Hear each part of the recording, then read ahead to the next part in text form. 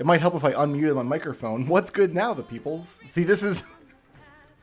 I was explaining while my microphone was muted that my OBS settings are difficult to keep straight these days. I had to uninstall the old version of OBS that I used to use. And when I recorded this like 3-hour-long tier list video for Superb Smash Brothers, I had my settings set wrong and the audio had been looped through the microphone and then through OBS, so there was like a terrible echo for some reason.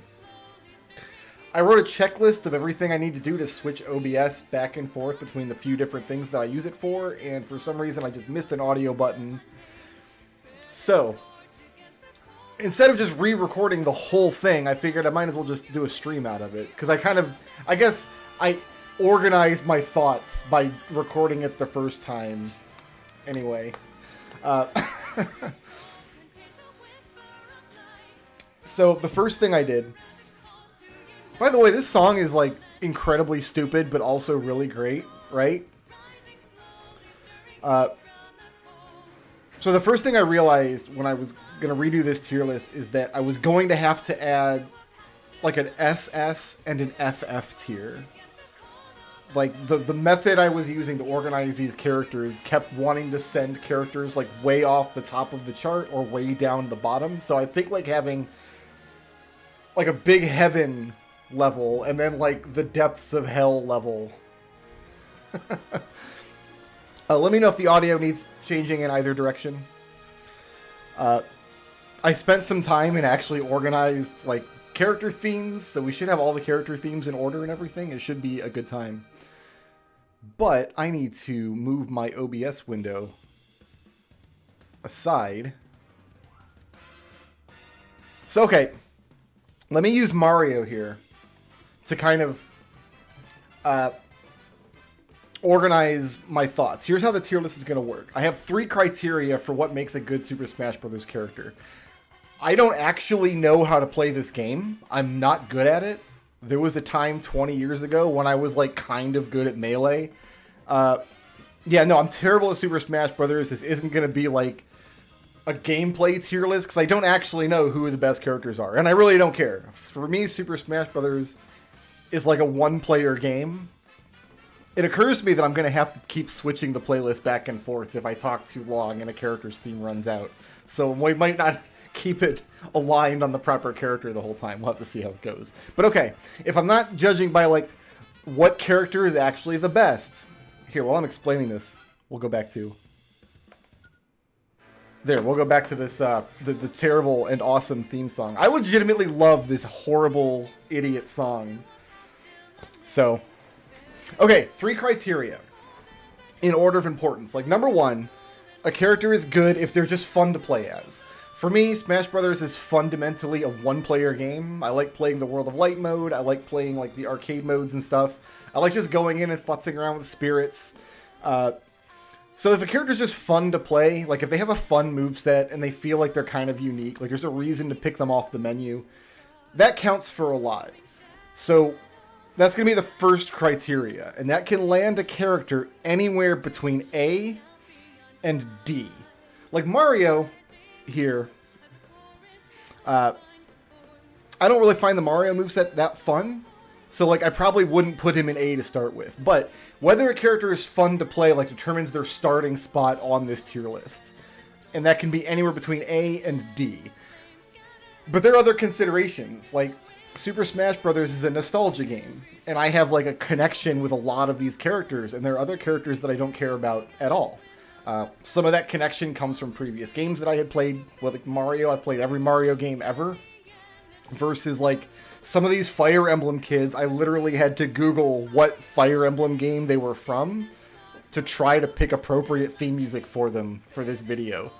If I have a strong personal connection to a character, I like that character more, and that can improve a character's placing on this list by 1 step, or if I just really don't like the character, or I'm completely ambivalent about them, it can lower it by 1 step. So like a character can be fun to play, but if I don't actually care about the character at all, it can lower them down. And then the third criteria that I'm using is like, what does the character bring with them to Smash in terms of like all the other nonsense in this just incredibly overly elaborate, indulgent game? Does the character have their own level? Do they bring a bunch of theme musics? Are there items and stuff? Is the character here as just like a generic representation of their series or their game? Or are they here like on their own right? Like there are some characters on this list, like not Mario, obviously, but let's say Diddy Kong, right? Diddy Kong, is he here because he's Diddy Kong and Diddy Kong is awesome? Or is he here because they wanted to pick a second Donkey Kong character? Does Diddy Kong have his own stage? Does he have his own theme music? This kind of thing is something that I noticed in these like nostalgia games. Where was Diddy Kong on the list here? I guess he was like here-ish. This looks right. Something like that. So that's what I'm going to do. We're going to place the character between A and D based on whether that character is fun to play, whether I find that character fun to play. We can have some discussion about it in chat. I'll take your guys' opinions into account. But then we'll improve by 1 step or decrement by 1 step based on what my personal connection to that character is, whether I love the character or hate the character and why. And then from there, we'll improve by 1 step or decrement by 1 step based on, like, is this character just kind of slapped into the game or do they actually bring something to the table? And that's how we're going to do it. All right, we have like 80-something characters to get through. This is going to take a long time. This took about 3 hours to record the first time I did it. I think I timed that speech just well enough. Like the music is... Yeah, okay, we're going into Mario's music now. Alright, so I have about 2 minutes to talk about each character, I think, before I have to re-roll the theme music. So Mario, I don't find the Mario moveset to be very fun. Honestly, for me, the Mario characters are like a C as far as how fun they are to play. Like, there are a couple characters with the Mario moveset. I don't think Mario is the best one of them. But in terms of a personal connection with this character, obviously he's Mario. He's in every game. Been playing Mario games since I was a kid. I love the character. I love the series. Even the bad Mario games are still pretty good. So like he definitely moves up in terms of personal connection. And then what does Mario bring to this game? Like absolutely everything. There's a million Mario levels. There's a million Mario characters. There's Mario theme music out the wazoo. So I definitely think we move him up to A for that. Does that make sense? That's how this process is going to work. The first time I recorded this, I ended up with a ton of characters in S and a ton of characters in F. And I'm going to try to mitigate that somewhat by I've included an SS and an FF tier. So we'll see who lands in the absolute dregs.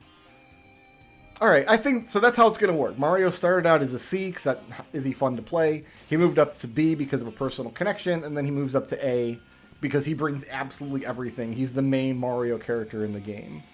And then I can just push this button. Donkey Kong is... I kind of want to just sit here and listen to the rap, y'all. Donkey Kong is an easy A to start with. Like, in terms of... how is his chroma key looking? I guess it looks okay. I didn't do it like a test run or anything with this. So... Donkey Kong is one of my favorite characters to play as. I love Donkey Kong's moveset. I love his big stupid punch. I love his big whirlwind hit. I love he's got his spike headbutt move. I've been playing Donkey Kong a lot since Smash 64. Like, he's just one of the best characters in the game. Yeah, let's not talk about his coconut gun. Let's not get into that. So yeah, right away, like, he's an A for me. And he might be... like, of the entire cast, he might be, like, the best character for me as, like, a go-to. I gotta turn my fan on in here. Huh. Okay. Okay, personal connection with Donkey Kong. Like, yes, obviously, of course, I love the Donkey Kong games. Specifically, this version of Donkey Kong is from the Donkey Kong Country series. And then, like, Donkey Kong Country Returns has kind of become the main version of Donkey Kong. So this is why I chose, like, the DK rap for him. So yeah, personal connection with Donkey Kong is very strong. And then, does he bring anything to the game? Well, he brings the DK rap to the game. Let's There's a bunch of Donkey Kong levels. As of Ultimate, there's a bunch of Donkey Kong characters as well. So his series is very well represented. And that moves Donkey Kong up to SS. And you know what? I think he might just end up living in this top left corner. Like, I don't think there's going to be a character on the tier list that's going to take Donkey Kong's chief spot. This is going swimmingly so far. Yeah, Donkey Kong is great. Fantastic character.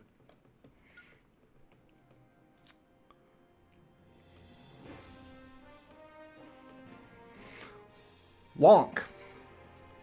By the way, I have these characters like roughly ordered in their like when they were introduced to Smash Brothers, so we make sure we talk about like all the main versions of the characters before we talk about like their clones and whatnot. So the Link moveset, I actually like the Link moveset a lot. It does click with me really well, but I didn't like Link very much in the original Smash Brothers.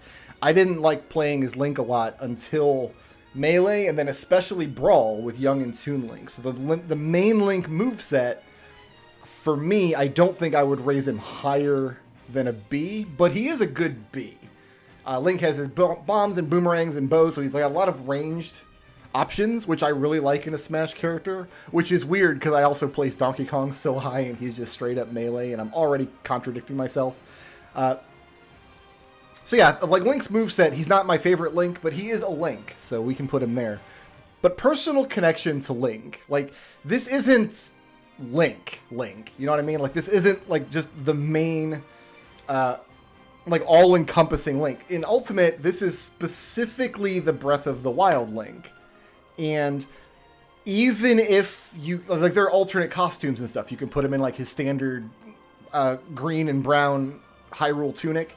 But even if you do that, like, it's still Breath of the Wild Link in this game. He still uses, like, the blue remote bombs and stuff. Which I think is fine. I think when you have characters in a game like this that is going to try to represent a very long series. Like, there's lots of Zelda characters in this game, and they're pulling from a lot of different Zelda games specifically. It's just that I don't really have that strong of a tie to Breath of the Wild specifically. When I was setting up this tier list, I actually lost Link in the tumult of characters as I was trying to get them organized, because I was looking for Link, and this isn't Link. He's wearing a blue shirt. He doesn't have a hat. It doesn't look like Link to me. So as a personal connection to Link, because my Link doesn't come from Breath of the Wild, I'm going to pull him down a notch. Of course, then when we talk about what does he bring to the table, we're going to move him immediately back up, because there's a ton of Zelda levels. Specifically, there's a Breath of the Wild level. One of the levels is where you fight on like the big tower you go into. So there's actually specifically some good Breath of the Wild content in this game. Oh, we're on to Metroid music now. I guess we should start talking about Samus. Samus is a B moveset. Playing as her, I have difficulty with Samus, I think. Some of her ranged attacks feel okay, but I don't like her bombs, and I don't usually like her missiles. And the screw attack never feels quite as powerful as I want it to. She does have some good normals that I like. She's got like a drill kick, and she's got like her flamethrower arc attack that she does. I don't really know why they gave her that. But a personal connection with Samus, I think that's very clear, because Super Metroid is one of my favorite games ever. I'm not sure what version of Samus this is supposed to be. Oh, do I have my... Hold on. Did I... Okay, I'm making sure I'm capturing my mouse cursor so you guys can see my mouse when I do gestures like this. I don't know what version of Samus this is supposed to be. If it's just supposed to be like the original Metroid, or just like a generic any person, like any Samus from any game. I don't really know. But as far as what she brings to the game, again, there's a ton of Metroid levels, a ton of Metroid content, this awesome music. I think we can move Samus up one more tier for that. So already we're kind of seeing how this is going to work, I guess. I have more to say about Samus, but we'll save it for a later character. Is Yoshi still the only playable character from the Yoshi games? Because they decided that Yoshi was like from his own Yoshi universe and was no longer a Mario character. But there's no other Yoshi characters in the list, unfortunately. Yoshi is a D tier character. So I don't like playing as Yoshi. Like, he's too fast and weird in the air, and I feel like landing his attacks is always really tricky. He's got like a downward tail strike that I always try to land. But then aiming his eggs and like rolling off screen and stuff, like none of that feels fun to me. I don't like Yoshi's jumps either. I don't know anybody who plays Yoshi in Smash, like ever. But, you know, the +1 for personal connection, I think, is pretty clear. I think Yoshi gets into trouble when you talk about, like, what does Yoshi bring to the series, right? Because, yeah, there's, like, Yoshi levels and stuff, but a lot of those are just Mario levels. Like, because he's so closely associated with Mario. Like, there is some, like, there's the Woolly World level, and there's the Yoshi story level on the storybook with the big happy heart. Like, there's enough that I still think you give him +1 for his own stuff, but... yeah, like, the most iconic Yoshi stage to me is, like, the athletic Super Mario World level, and that's not Yoshi's level, that's Mario's level. So, I almost feel like he suffers for being a Mario spin-off character, and they felt like maybe they were going to develop that by making him his own Yoshi universe, and then didn't. There's no other characters at all. So, I don't know. Alright.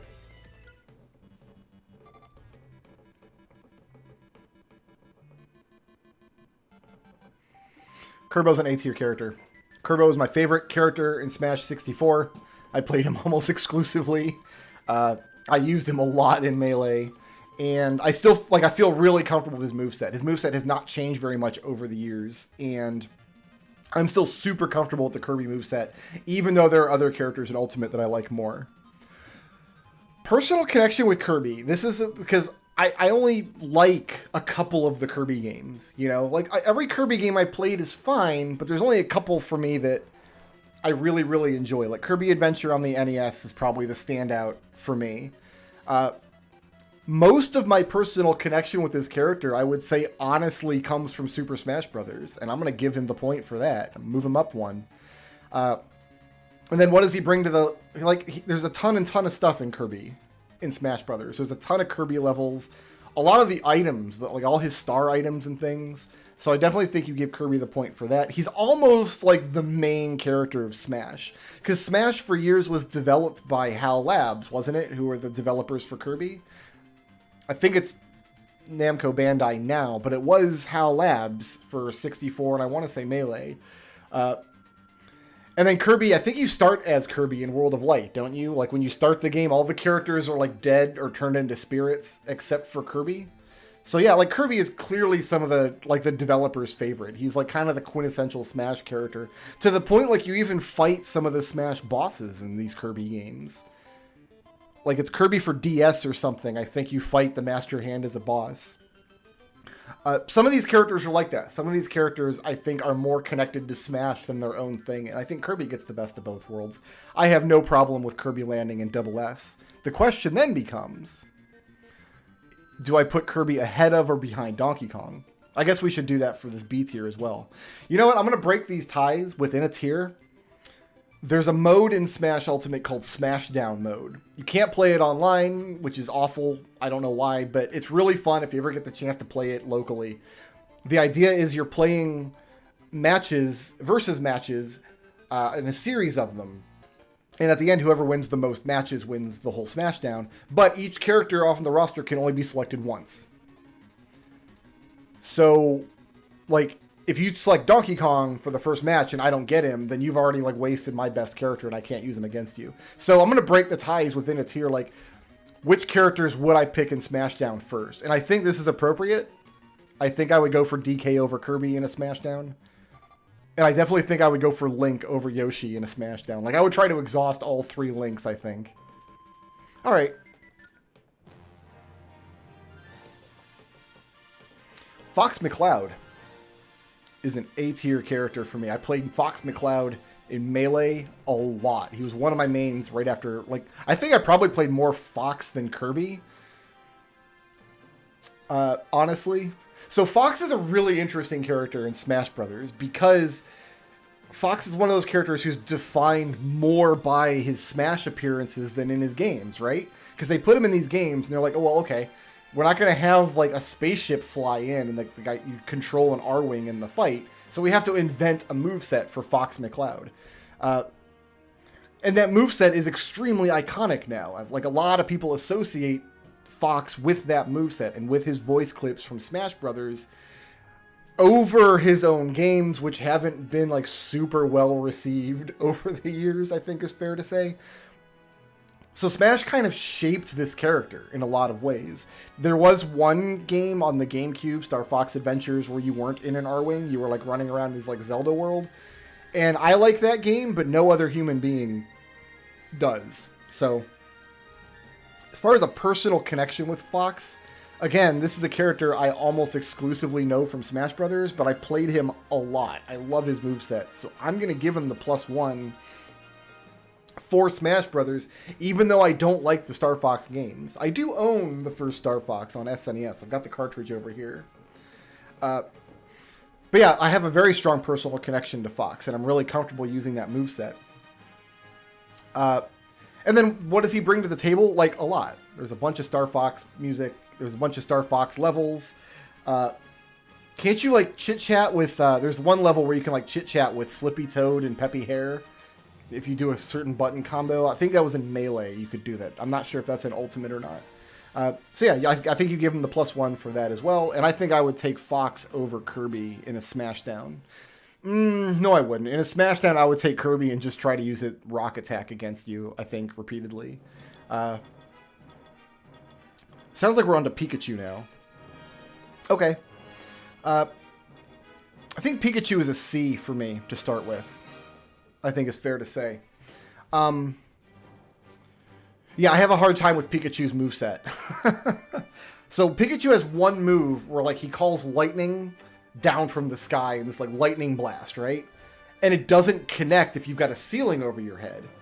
So it feels like just on a lot of levels, like it's a strong attack if you land it, and if you are in open air, you can hit anybody an arbitrary distance away from you. But in half of the levels, you're going to be underneath a ceiling for much of the time. So it took me a long time to figure out how to use Pikachu's like teleport attack move that you can like actually get 2 zips out of it instead of 1. But yeah, I just don't like the moveset very much for as light as the character is. I don't have a strong personal connection to Pikachu either. Like, I'm not a big Pokemon player, and I don't play him much in Smash. I like the character well enough, I guess. I think that's fair to say. But like when I actually play the Pokemon games, I've probably captured a Pikachu in every Pokemon game I've played, but I never used them in combat. So I think not adjusting for personal connection is probably appropriate here. I like the Detective Pikachu movie, if that counts. I'm not sure if that counts. I think it's appropriate to give him a +0 for personal connection. And then, what does he bring to Smash? Well, there's a lot of Pokemon stuff in Smash, to the point where, like, you can summon Pokemon from Pokeballs, but how much of that is actually associated with Pikachu as a character? Because Pikachu kind of isn't a character, right? And it's the same thing with Jigglypuff. Let's go back to...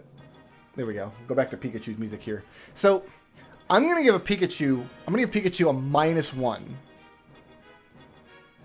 for what does this character bring to Smash. Because Pikachu's not really a character. It's just like representative of the monster from the games, right? There's not a Pikachu level. There's not like Pikachu theme music. Pikachu is like the most marketable monster, but... and the most popular maybe, but not like the main character in any sense. So yeah, I think that lands Pikachu down in the D tier. And you can make a lot of these same arguments for Jigglypuff, except I like Jigglypuff's moveset a lot more. I would start Jigglypuff out in a B moveset, I think. Do I have a stronger personal connection with Jigglypuff than I do with Pikachu? So when I played Pokemon Red on stream years ago, I already liked Jigglypuff because I played Smash Brothers a lot by that point. So I already was like on the lookout for Jigglypuff. And then in that playthrough, I like trolled my chat by taking all the stat items and things that I collected and giving them all to my Jigglypuff. To the point that like Jigglypuff was the strongest character on my team. And I tell that story like every time Pokemon comes up in my stream chat. So I think like I might even give Jigglypuff a +1 for personal connection, just for that. Just for those memories. Because I didn't play any Pokemon games at all until Pokemon Red, and then Jigglypuff was a main contender on my team. But then I think you bring Jigglypuff down one notch for the same reason as Pikachu when it comes to personal connect or to inclusion in the game. Like, there's not really a Jigglypuff level. There's not really any Jigglypuff specific stuff. Like, Jigglypuff as a character doesn't get repped. I would play Jigglypuff over Yoshi in a Smashdown, though. I think I really would. All right. Captain Falcon. I think he has one of the most fun movesets in Smash 64. I'm not sure where I want to start this character. On moveset alone, like how fun he is to use, because he has like an air grab, he has his Falcon kick that has 2 different uses depending on whether you're in the air or on the ground. A lot of his normals feel really good. Like, in terms of just his moveset, I would say he's either a very high B or... I'll give him the benefit of the doubt. I'll say he's a very low A. Because he's one of my favorite characters in Smash 64. After Smash 64, I didn't play him that much. Because Melee and then Brawl, the cast just kept inflating and inflating and inflating. I didn't need as many characters in my back pocket, so Falcon kind of got left at the wayside. But originally, he was one of my favorites. At the Kirby and DK... Captain Falcon were like my 3 favorite characters to use in the original game. I have no personal connection with this character whatsoever. And he's another one of these characters that kind of had to be invented for Smash. Like, the #1 thing people remember for Captain Falcon is his Falcon Punch, right? But that's not even from the games. Like, he doesn't do that in F-Zero. Like, it's a driving game. You don't punch anything. And I've played a couple of the F-Zero games, but I only thought they were okay. I was always more of a Mario Kart kind of guy. Do I own F-Zero? I do have a copy of F-Zero. Okay. So I guess I own F-Zero, but I don't own Super Mario Kart. So whatever that says about me, I don't know. He does bring a lot of stuff to Smash, though. He does have his own level with Big Blue and his big Falcon flyer that you start the level on. I think that's fair to say. So I guess you give him the point for that. I think that's appropriate. We give him nothing for connection and then +1 for... Ooh, would I take him over Samus in a Smashdown? I don't think so. I think I would stick with Samus over Falcon in a Smashdown. Okay. Ness. I was very happy to learn that Ness was included in Smash Bros. 64. Like, that all at that time in my life, I was a big fan of Earthbound. I don't like Earthbound as much these days to play it, but like, it's very nostalgic for me when the game came out. Like, I was very, very glad that Ness got included in the game. And then I was very, very disappointed when he was not fun to play at all. I hate the Ness moveset. D is probably too strong. I think you can start him in C.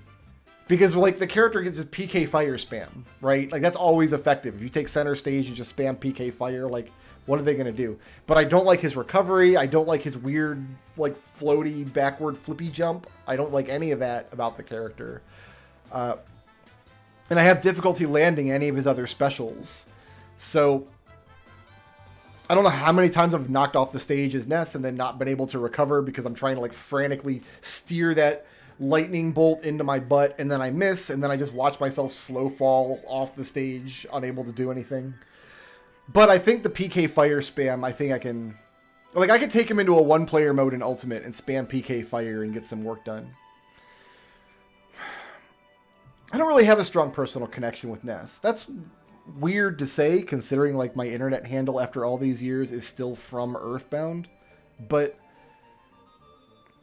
yeah, I just don't. I'm looking into his just dead, haunting eyes, and it's not doing anything for me.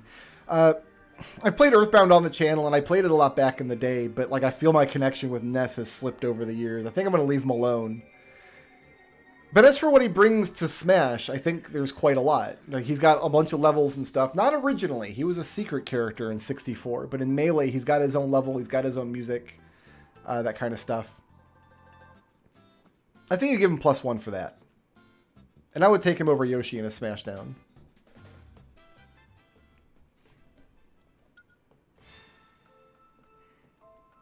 Where did I start Mario out? Did I start Mario out in C? I must have, because he moved up 2 steps. I'm going to start Luigi out in B. I like him better than Mario. I don't... Like, the Mario moveset is not my favorite, but I think Luigi has a better version of it. I think his side B is a lot better than Mario's side B. And his down B, is his down B in Ultimate still the Whirlwind attack? Because Mario's down B turned into Flood, which I thought was a bad move. But I think I like Luigi a lot better. I like his dashing attack where he's running and then he just like throws his fists out like this. That's always fun. So I think we'll start Luigi in B, and then I think I move him up 2 spaces. Well, 1 for personal connection, because he's a Mario brother. But then 1 for representation, because he does have all the Luigi's Mansion stuff came along with him. There's a Luigi's Mansion level. We're listening to Luigi Mansion music right now. What is his super in Ultimate? Is it the vacuum cleaner? Did they give him a Luigi's Mansion themed super? I can't remember now. But you know what? Luigi in S tier and Mario in A tier, I think, is fair.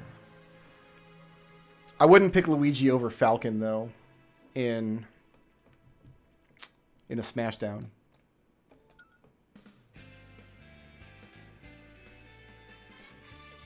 Princess Peach does not even have theme music in Smash Ultimate. I scoured the entire music lists.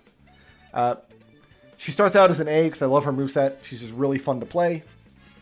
She's got great throwing attacks. Like, she can throw turnips all day. She's got good range on her normals and her specials.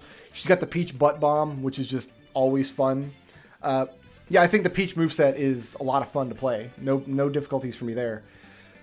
Personal connection, I mean, yeah, she's Princess Peach. It's fair to say. But there's not a lot of Peach content in the game. She's just a side character to Mario in this game. I guess you could argue that there are, like, you do go to Princess Peach's castle as, like, the Mario 64 stage. Like, that's still in there. But that's not really there because of Princess Peach. It's there because it's a Mario level. And I know that because that level was in Smash 64 when Peach wasn't playable yet. So yeah, in terms of what does Princess Peach bring to the game specifically, it's really just that one level, and it's really not even her level. She's kind of just here on her own. She does have her castle, though. I'm not going to give her a plus or a minus for that. I think we leave her... And she's still in the S tier. Like, that's still really good for Peach. And I would take Peach over Falcon in a Smashdown. I think that's fair. Yeah, I love Peach's moveset.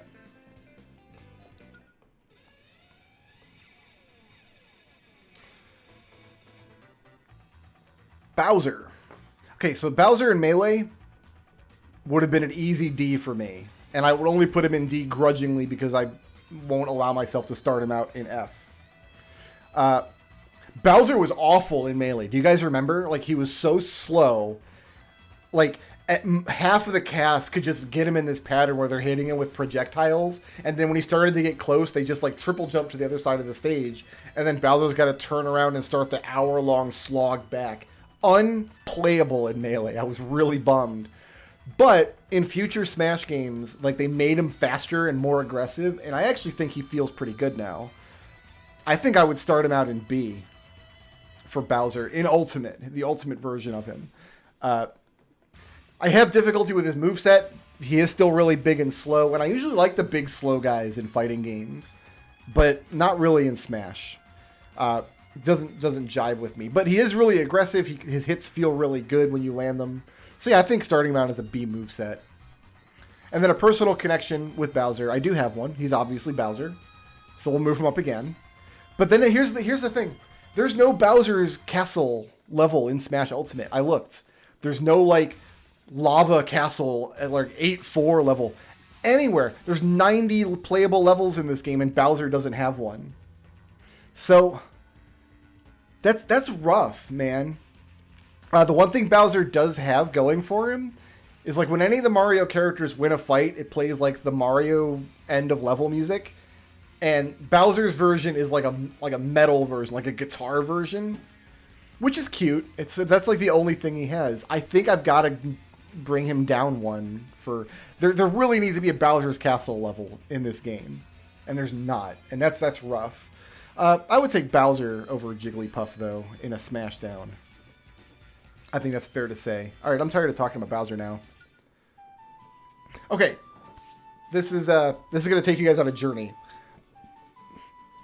Zelda and Sheik in Melee.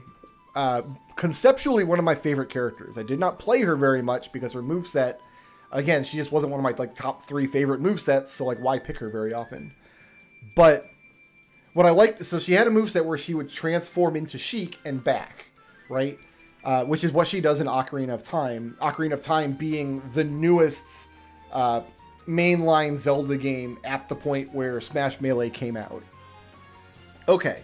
So I liked that a lot about the character, how they switched back and forth between Zelda and Sheik. I thought it gave her a lot of options in fights, and I just liked it conceptually. And I think Sheik was even one of the top tier characters in Melee. In Smash 4 for Wii U, for whatever reason, they decided there was technical issues, I think. For whatever reason, you couldn't have a character transform into another character on the 3DS version. And then they wanted to maintain parity between the 3DS version and the Wii U version, even though there was no interconnectivity. They didn't want to have different rosters on the 2 games. I think that's how it went. So they split the 2 characters into just their own standalone thing. And I didn't like that decision. Because I really like the concept of Zelda transforming into Sheik and back. And then in Ultimate, they kept them split up into 2 characters. So they each got new down B moves. So Zelda's down B... her 3 specials are the 3 magic spells you can learn in the 3 goddess spells in Ocarina of Time. And then her down B summons one of those Armos soldiers, which is a really fun move, and I like it a lot. But what Ultimate did to kind of fix this problem for me is they didn't just pick a generic version of Zelda. She's not here as her Ocarina of Time version that feels incomplete because she can't transform anymore. Oh, I gotta go back. Okay, we gotta listen to Zelda's music and get some more. What they did is instead of using the Ocarina of Time version, which felt incomplete without the ability to transform into Sheik, in Ultimate they gave her the Link to the Past version of her character. Her Link to the Past dress. So she has more a cartoony appearance representing Link to the Past, which there was a lot of Zelda stuff in Smash, but none of it was from Link to the Past. So obviously I really like this decision. Zelda's moveset, for me, I'm going to start it out as a B. And then all that stuff that I just talked about, how I originally liked the character's concept, but didn't really play as her, to the point where they split her up, and I thought that was upsetting. But then they fixed that problem by making it a different version of the same character. Obviously, she's Zelda, and for all those reasons, this fun Smash journey that she's taken me on, I'm going to move her up to A.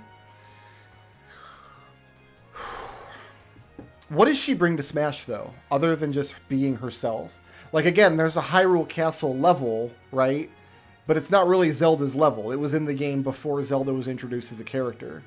And this is a Link to the Past version of Zelda, and there's no other Link to the Past content in the game. I think there's a medley. There's one song, and there's a couple of Dark World remixes. But there's not a Dark World level. There's no Link to the Past level. I think we leave her alone when it comes to representation in game for that same reason. Which lands her in A, but I would take her over Mario in a Smashdown. Alright, moving on to Sheik. So all that stuff I just said about Zelda kind of applies to Sheik, except I don't like the Sheik moveset. I'm terrible at using the Sheik moveset. I don't really understand it. I think Sheik, for me, starts out as a D, because I'm just so bad at the moveset. And I'm not, inspired to get better at it, it's not really an inspiring moveset. She's got, these little needles. She's got, a flip kick attack. She can, use her smoke bomb to teleport. It's fine, and I'm sure if you really, really like the moveset, it works for you, but it's not flashy, and it doesn't feel great all the time. Not a lot to recommend it. But I do have a very strong personal connection to Sheik, because Ocarina of Time is one of the most formative games. And then in terms of representation, I think you leave her alone. For the same... Well, no. I left Zelda alone because there is a Hyrule Castle level, even though it's not Zelda's stage, but Sheik doesn't even have that. Is there like a strict, even if there is strictly an Ocarina of Time themed Zelda level in Smash, surely it's not like a Sheik themed level, right? Because Sheik doesn't have a theme in Smash, really. Yeah, no, I think she ends up with a -1 on that regard. I think she's here all by herself. I think she's the only no, this version of Ganondorf is also from Ocarina of Time, I want to say. And I would take Pikachu over Sheik in a Smashdown. So, yeah, I think this is appropriate. So Sheik is officially at the bottom of the list right now. Like, they don't even have good Sheik music to use here. Like, it doesn't... I had to pick other Zelda music to represent her, so... That's unfortunate that Sheik is so low. Ice Climbers. Ice Climbers are hard to play, you guys. So, okay. In Smash Melee, they had like a list of characters from like really old, obscure, like 8-bit and arcade titles. And they didn't want to include all of them because they would have crowded out the roster at the time. I think Ice Climbers was a weird pick from that list over like Little Mac or Pit from Kid Icarus.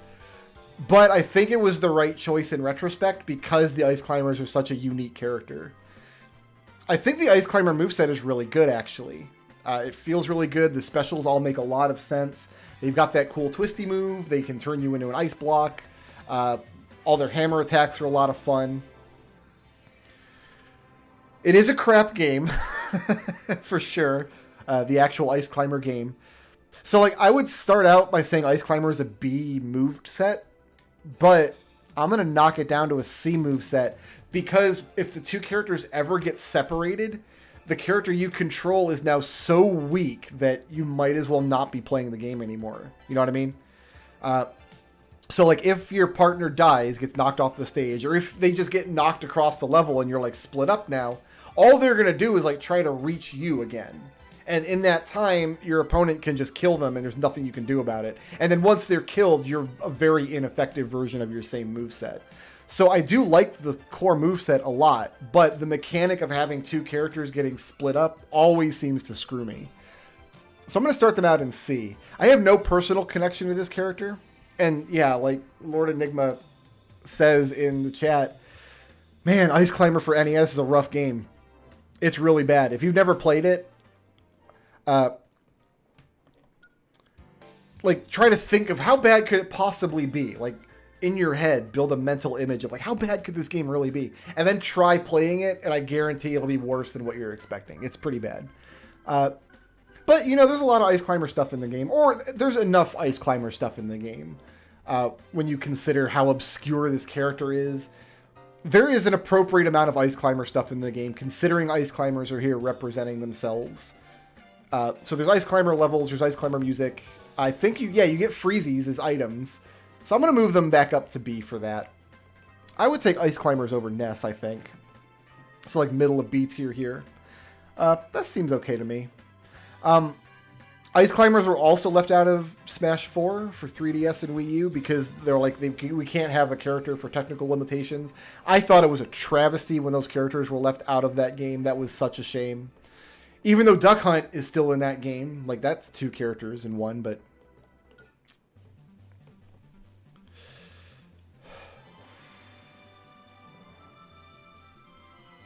Marth. All right.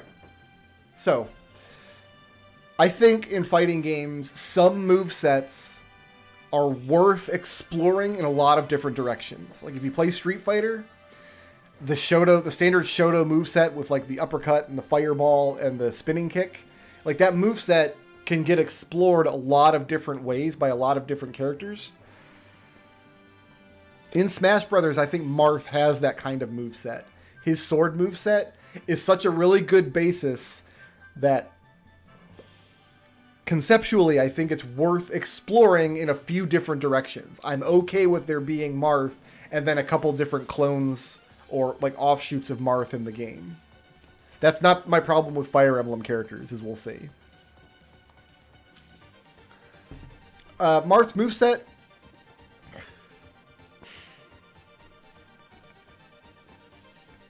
I'm going to start him off in B. I like Marth a lot. I like the Marth moveset.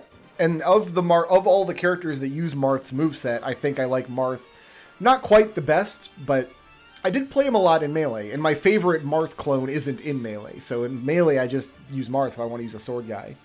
So yeah, I think we can start him in B. I have all of my personal connection with Marth, though, comes from playing Smash Melee, and then playing the first Fire Emblem game. When did I play that? A year or two ago, when they released the Famicom version of Fire Emblem. It's still the only Fire Emblem game I've played. But I think Marth is really cool. Like, I'm willing to go +1 personal connection on Marth. I like the character a lot. Both in his own game and the way they chose to represent him in Smash, I think is bang on. When I played the Famicom version of the game, and like characters have like a little flourish they do, even in 8 bits when you've got animations turn on. In the 8-bit games, they've got like a little flourish they do when they run up to you and they run up to your opponent. They do a little flourish whenever they score a critical hit. Well, Marth does the exact same thing in Smash. His run cycle is spot on, and I kind of discovered that backwards because I was familiar with his run cycle in Smash, and then I played the game and saw it there, and I thought it was great.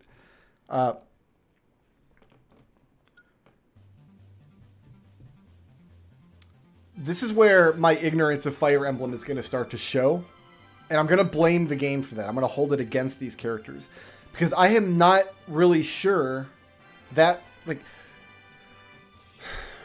Marth's representation in Smash, originally in Melee, it was just him and then, like, the other guy, right? And there was, I think, one music song, and that was it. They were kind of, like, hidden characters in Smash Melee.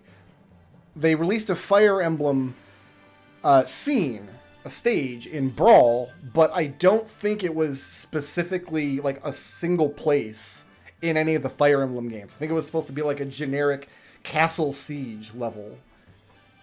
So I don't think Marth has a stage. I don't think there's any Shadow Dragon and the Blade of Light specific content in Ultimate that makes sense. Just a lot of kind of generic Fire Emblem stuff. And even if there was, it would be hard for me to tell. If they had like an 8-bit Shadow Dragon level, I think that'd be fantastic, but clearly they don't. So I'm going to... I gave him 1 for personal connection, but I'm going to drag him back for representation, because I think all of the Marth stuff in the game is just generic Fire Emblem stuff. Like, he's here repping the series, there's also a stage repping the series, and I wish instead Marth had, like, a specific stage from the first Fire Emblem game. And he doesn't. I would take Marth all the way over Bowser in a Smashdown. Not over Link, but he's high B tier. That seems okay. I'm good.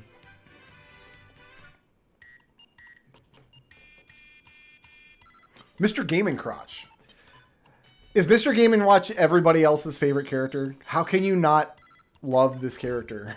The only Game & Watch I had as a kid was actually like a Mario one. I never actually had one of the old Game & Watches, but I had like a Mario one, like with the LCD screen. So it was a Game & Watch, but it didn't feature the Mr. Game & Watch guy.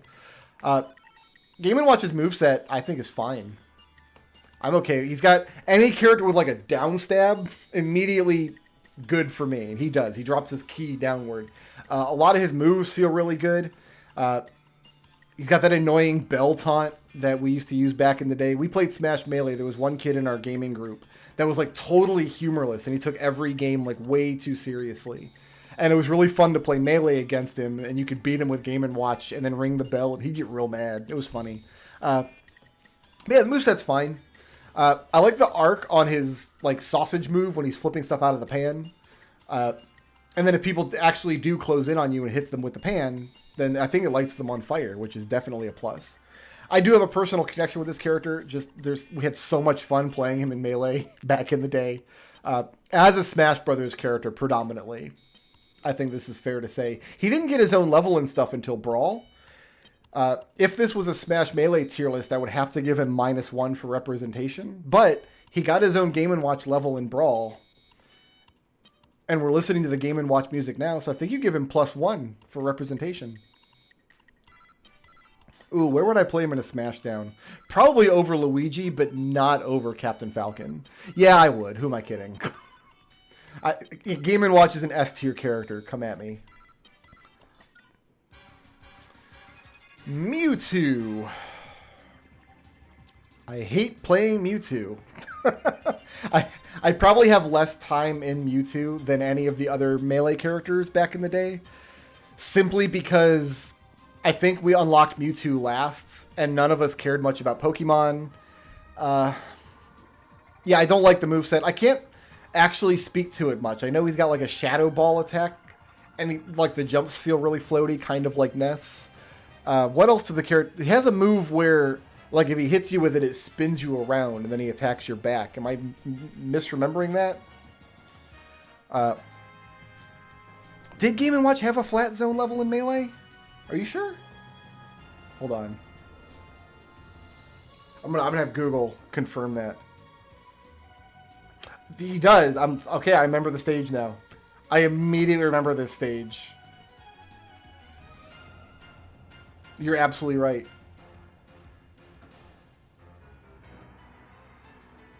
Great. Okay. Who are we talking about? Oh, Mewtwo. Yeah, I don't like Mewtwo. And I don't have a personal connection with Mewtwo because I don't play Pokemon games, so -1 for that. And again, this is the same problem with every Pokemon. Like, there's no Pokemon characters. They're all just monsters from the game. Like, there's not the Mewtwo character. It's just a Mewtwo that you happen to collect. So it would be hard to design, like, a Mewtwo-themed level or Mewtwo-themed item or anything. I love the idea of Pokeballs as an item in Smash Brothers, that you can, like, summon monsters, and some of them are more helpful than others, and that's really fun, but yeah, I think Mewtwo's going to land in the double F. Just because I don't care about this character, and I don't like playing as him. So, you guys are going to see a lot of Pokemon down here in the bottom half of the tier list as we go forward. I think I used Mewtwo when I played Red on stream. I can't remember. Did I use Mewtwo or did I use Mew? This shows you, like, why I have to dock this character for having no connection to him, because I can't even remember if I used him or not. Let's move on. Of the Mario movesets, I like Dr. Mario the best. So we're going to start Dr. Mario out in B, which is where I started Luigi. How's the moveset? So it's different from Luigi because he has a different side B. He has the sheet that he uses instead of Luigi's, like, rocket attack. And then the down is different because I think Dr. Mario still has a spin move, whereas Mario has his flood. But I think I like Dr. Mario the best of the 3 Mario characters. I do have a strong personal connection to Dr. Mario. Representation, I think I'm going to leave him alone, though. We do have the Dr. Mario music in Smash Brothers. Believe me, I'm glad we do. But there's no Dr. Mario level. I really think the viruses should have been an item, right? Like, you pick up a Dr. Mario capsule and you throw it at somebody and it breaks open. And then, like, depending on whether you get, like, the red or yellow or blue viruses, like, different things happen to them. I don't know. I'm just spitballing here. Like, I always thought it was dumb that they included Dr. Mario as a character, but, like, if you're going to include him as a character, like, do some more with him, you know? I would play him over Mario in a Smash. You know what? I actually really like the 2 Marios right next to each other in the A tier. I think I'm happy with that. What version of Ganondorf is this? You guys might know, because I know originally it was the Ocarina of Time version in Melee. And then in Brawl, it was his Twilight Princess version with the red beard. But I think now we're back to Ocarina of Time. I think. I'm not sure. I know that this version uses a big sword in some of his smash attacks, where originally in Melee he didn't. And I want to say the sword was from Wind Waker. Anyway, I don't like Ganondorf. Here's my problem with Ganondorf, is I played Captain Falcon as, like, my number 3 in 64, right? So in Melee, 6 of the characters are just clones of existing characters. So they took one of the existing characters, tweaked their moveset a little bit in terms of, like, they have the same moves, but the moves have different values in terms of, like, how much damage, how much knockback, like what direction they hit, whether or not it can juggle, that kind of thing. So you get 6 of these kind of standalone clones, and Ganondorf was a clone of Captain Falcon. So he has Captain Falcon's moveset, with the kick and the air grab. But I don't like the big slow version of Falcon's moveset. It feels so wrong to me, having played Captain Falcon in 64, that going to Melee and using Ganondorf, it never ever clicked. So one of the worst characters for me in Melee, to the point where I didn't really pick him up in any of the later games. Like, I probably haven't played any single player content with Ganondorf in Ultimate except for, like, home run contests. Maybe I should spend some more time with him. Maybe I should go in and try him out some more. Yeah, let me know if these are hot takes in the chat. I do have a strong personal connection with Ganondorf, obviously, especially if this is the Ocarina of Time version. But again, there's no Ganondorf level. You don't go to Ganon's castle at all. There's a Bridge of Eldin level from Twilight Princess, but I don't think you encounter Ganon there. It's the same problem as Bowser. Like, the villain is here, but the villain didn't bring anything with him. He just showed up on his own. There really should be, like, a Ganon's Castle level. And there's not. In fact, this isn't really even Ganondorf's theme music from any of the games. This is the closest thing I could find on the Ultimate playlist. So yeah, I think you've got to give him a -1 for that. Like Sheik, and maybe like Pikachu, like, he deserved to have more stuff representing him as a character in the game. And I absolutely would not take him in a Smashdown over these other two characters. Whew. See, I don't think you can have too many Zelda stages. Like, look at all the Zelda characters we have. We have 3 Links, Ganondorf, Zelda, and Sheik.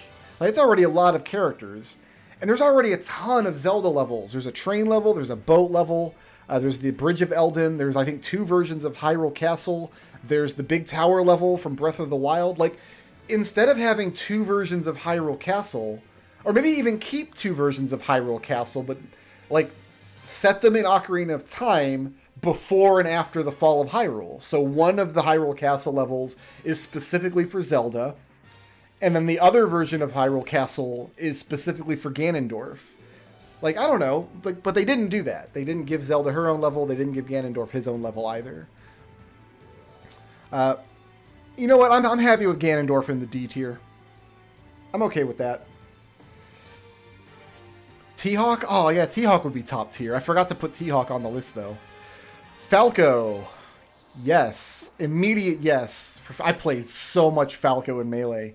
I'm not sure if I played more Falco or more Fox. They were kind of interchangeable, but there were differences between the movesets that you could feel if you played them for any length of time. The big ones for me was that Falco, his lasers had hit stun, whereas Fox's didn't. So they were useful for very different things.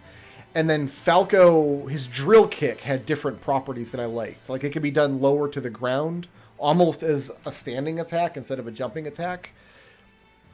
And then there was a little bit of difference between how far their, like, dash move went. But man, did I play a lot of Falco. So much that I'm going to give him a +1 for personal connection. Because again,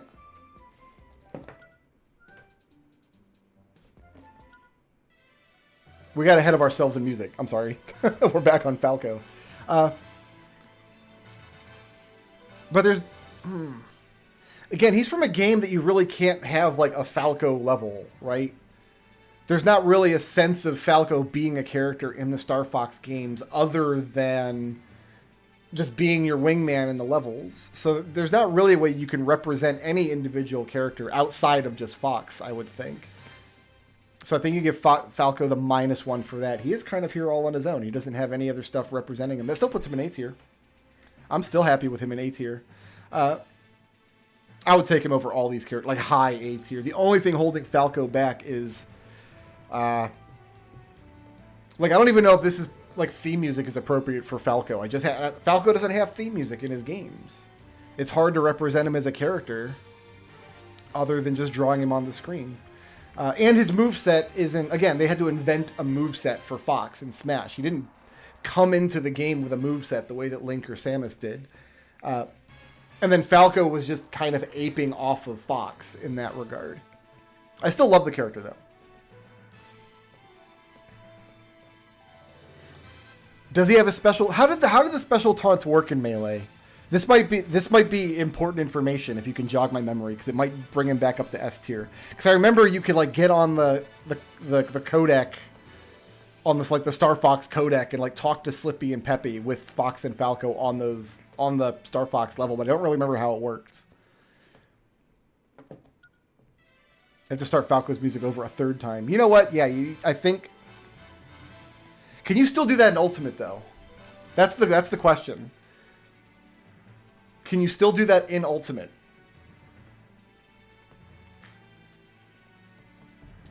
Because this is the Ultimate tier list, not the Melee tier list.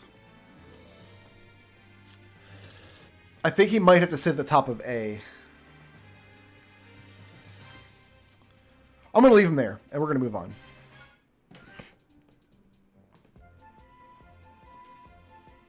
Alright, I started Link in B tier, and I'm going to start Young Link in A tier. He was my favorite Link to use in Melee. I liked Link's moveset in 64, but it didn't click with me as much as other characters did, and then playing Young Link like almost immediately clicked. Just the differences in how his like spin slash worked, and the difference in how his down stab worked, I liked a lot. So Young Link was one of my mainstays in Melee, and then that was it. He was not included in games for a while until Ultimate when he came back, so glad to see you back, buddy. My original thought when I bought Brawl was that they didn't so much remove Young Link as they just updated him with a new version of the character, which was Toon Link, who is coming up in 13 characters or so. Obviously, got a very strong personal connection to this character because he's the main character from Ocarina, who is my favorite Zelda game, and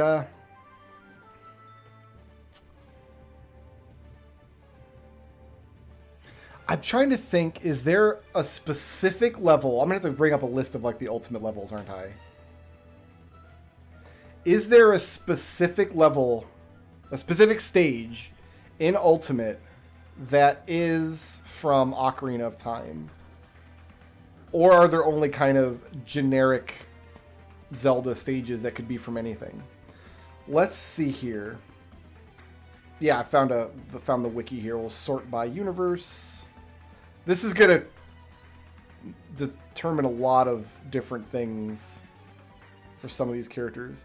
1, 2, 3, 4, 5, 6, 7, 8, 9 Legend of Zelda levels in Ultimate. Bridge of Eldin, Gerudo Valley, Great Bay, Great Plateau Tower, Hyrule Castle, Pirate Ship, Skyloft, Spirit Train, and Temple.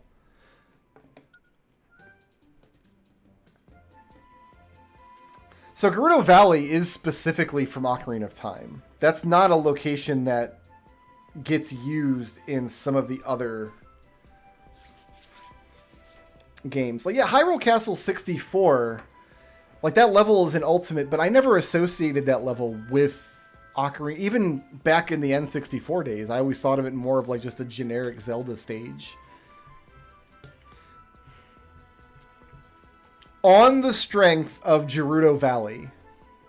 Is it Gerudo or Gerudo? Are we looking at a soft or a hard G? I'm not sure if we... You're right. He's got Great Bay from Majora's Mask with the moon in the back and the giants. Yep. Good enough for me. I'm happy. There is a Majora's Mask level. So Gerudo Valley could go either way, really, but the Majora's Mask level for sure. Oh, do I take Young... I wouldn't take Young Link over Fox, I don't think.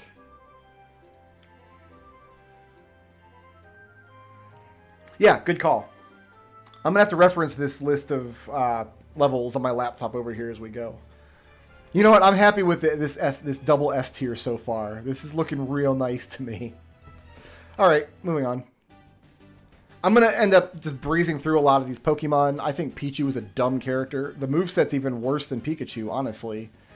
I don't think I've even played a Pokemon game that has this character in it. Not that I can remember. Like, why would you... Is there any reason in a Pokemon game... Remember, I haven't played most of them. That you would use this Pichu over a Pikachu or a Raichu. Like, is there anything to recommend this character at all other than it's a slightly more baby-looking Pikachu? Because I think for personal connection, I'm going -1. And I think for game representation, I'm going -1 again. And I think I would even use Mewtwo over Pichu in a Smashdown because Pichu injures itself with its moves. It takes damage from its own lightning moves, and no thanks. What Pokemon games have I played? So I played Pokemon Red many, many years ago. Like, many years ago from now. Like, I'm talking like in 2014 I streamed it, not like I played it as a kid. I was in high school when the first Pokemon game came out. I was like already had aged out of it. But I played Pokemon Red on stream, and then on the Switch I played Shield and I've played Arceus. Arceus is my favorite by far. In fact, Arceus is, I like it so much I'm thinking about playing it again immediately. I like really want to get back in there and do some more work. Were there Pichus in Shield? I never found one. In fact, I almost didn't find a Pikachu in Shield. Hold on. I don't want to get the music ahead of us. I almost didn't find a Pikachu in Shield. I got all the way to the end of Shield, and I thought, oh, okay, I've seen 6 million EVs. I guess Pikachu must be in Sword version and not in Shield. And then I looked online and saw, oh, it's just kind of rare in this area. Then I went back and caught one. But I still never used it. And yeah, my biggest criticism of Smash Brothers in general is that, or in any fighting game like this, is that having 84 or 85 characters is nonsense. It's so hard to make sense of a roster this big. And you can kind of tell that even the design that goes into the characters, they're really starting to struggle when you get to like the back end of this list. You start realizing there's really just a grab bag of like 20 different Smash moves that they mix and match for characters. Like, oh, this one's going to have a charging projectile, and this one's going to have like an uppercut attack, and this one's going to have tether recovery. The uniqueness in actual character design as far as gameplay and movesets go starts falling off eventually. So I think the best thing you could do with this roster is remove a bunch of characters from it and really focus on which are the most unique characters and which are the ones that really represent like Nintendo and gaming history the best. I just don't think Pichu has a seat at that table. Sorry, not sorry. Okay, Roy's next. And I looked, I had to do research, because I've never played Fire Emblem game. I had to do research, because I wanted the music to match the characters, right? I wanted the playlist to go in order. Like, I looked, like typed, like a Robin, Fire Emblem, first appearance. And then it showed me the first Fire Emblem game Robin was in. So I was able to pick a music track from that game. Roy's first video game appearance was Super Smash Brothers. Roy is a Super Smash Brothers character more than he's a Fire Emblem character. So that's why I picked Smash Melee music for Roy. You know what? I like Roy's moveset a lot, though. Like I said, I think the Marth moveset has a lot of space to just explore different versions of the same moveset. So Roy's version is a little more aggressive, a little slower on the upswing. It's more necessary that you land better hits with Roy, whereas Marth, you kind of want to create a flow with your movements and attacks. Roy is really about looking for openings and striking like one good hit. I think the main difference between the two characters in Melee, and I have no idea if this is still the case in Ultimate, and I have no idea if this is the case across all 80 of the Fire Emblem characters we now have, but Marth, his whole sword was a good weapon, but Roy only had good damage and knockback if you hit with the tip of his weapon. Does that sound correct to everybody else? I'm pretty sure that was true in Melee. I'm not sure if it's still true going forward. But I like the core Fire Emblem moveset, and I think Roy has a good version of it. Marth was the one with the tipper. I've got it switched around. So with Marth, it was more important to get his positioning correctly. Okay. But I have no connection to Roy at all. Like, none. I've never played any of the Fire Emblem games that he's been in. You know what? No, I'm going to leave him alone on personal connection. +0 for personal connection. Because of he's such a nostalgic Smash Melee character for me. I think that's appropriate. I think we can leave him in B. But then he doesn't really bring anything to the game. And even in Smash Melee, this was a concern that I had. watching the original roster balloon from 12 characters to 25. So they more than doubled the amount of characters in Melee. Like, every character they added had a pretty good reason to be there. You can maybe make the case against Jigglypuff, maybe. But Roy was a very flavor of the month character. Like, he was put in that game to promote some other game that hadn't even come out yet. That might have been a good thing at that time, because I think without Roy and Marth's popularity in Melee, there would be no Fire Emblem in North America. I think that's fair to say. I personally don't like those games. Like, I'm not a Fire Emblem guy, but I'm glad that people who enjoy Fire Emblem have that series, and it's a very big, vast ocean of just anime nonsense to get lost in. And if it's your thing, I'm glad you have it. And I think we have Marth and Roy to thank for that. But there's nothing in Melee that is Roy focused. You know what I mean? Like, it's just him as a character. There's very little Fire Emblem content in Melee, and none at all in Ultimate that I would say is from for Roy specifically. Unless one of these Fire Emblem stages is specifically from his game, I think we bring him down to C tier and leave him there. So let me take a look at... okay, so Castle Siege and Coliseum are the two like just generic Fire Emblem stages. They were both in Brawl. Garagmach Monastery is specifically from Three Houses. I know that because it came in part of the DLC pack. The only other stage is Arena Ferrix. I don't know where that is in the games. Unless that's from Roy's game, I think we bring him down to C tier. And you know what? C tier was looking kind of lonely. And you know what else? I think it's appropriate, just in a general sense, to have Roy one tier below Marth. I feel like that's probably good. But yeah, as far as, like, Roy is a more Smash Melee character to me, and I think that's not an uncommon attitude to have.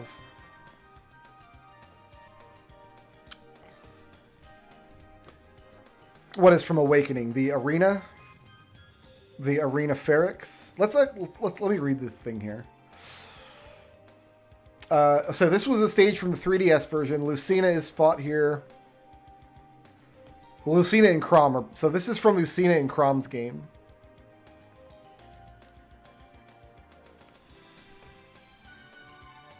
It's tournament legal, which I don't care about.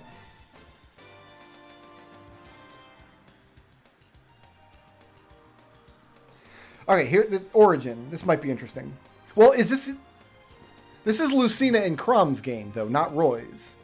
Like, it's... Is Awakening... I don't even know what game he's from. So, yeah, no, this is appropriate. So Lucina and Chrom have a stage because they were introduced in the 3DS and Wii U version, and they gave them a stage. But Roy never got a stage. He only has the generic Fire Emblem stages of Castle Siege and Coliseum. You know what? I'm moving on. I'm done with Roy.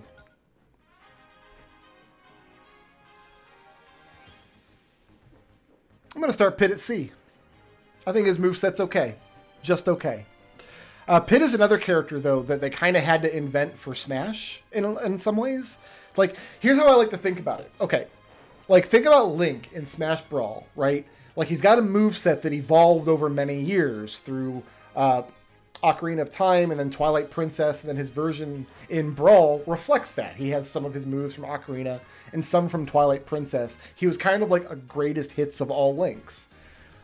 Pit feels like, in Brawl, Pit feels like, what if we had been releasing Kid Icarus games on the SNES and N64 and GameCube? Like, what would the character look like if he had had all of that time to evolve like Link has? He didn't. He only had one NES game and then the Game Boy game, which I think is better, honestly.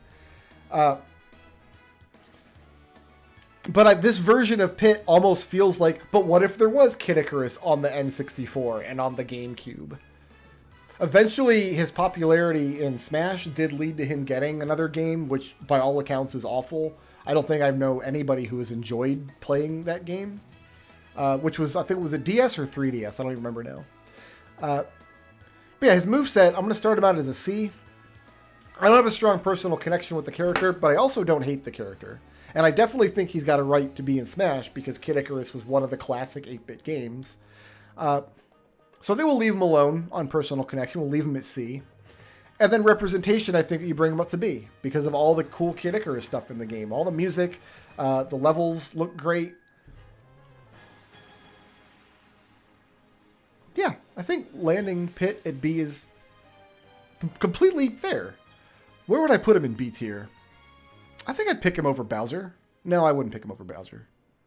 I think, okay, we'll leave him there. Halfway up the B tier.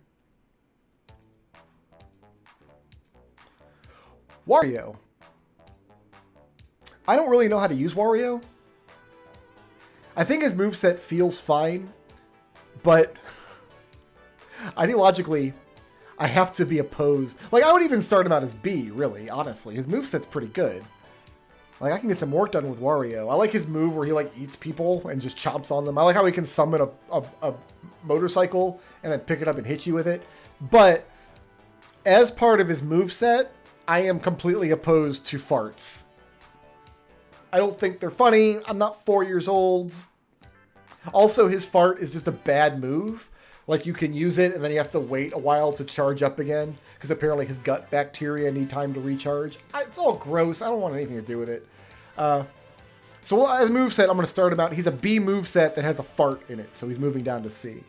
+1 for personal connection.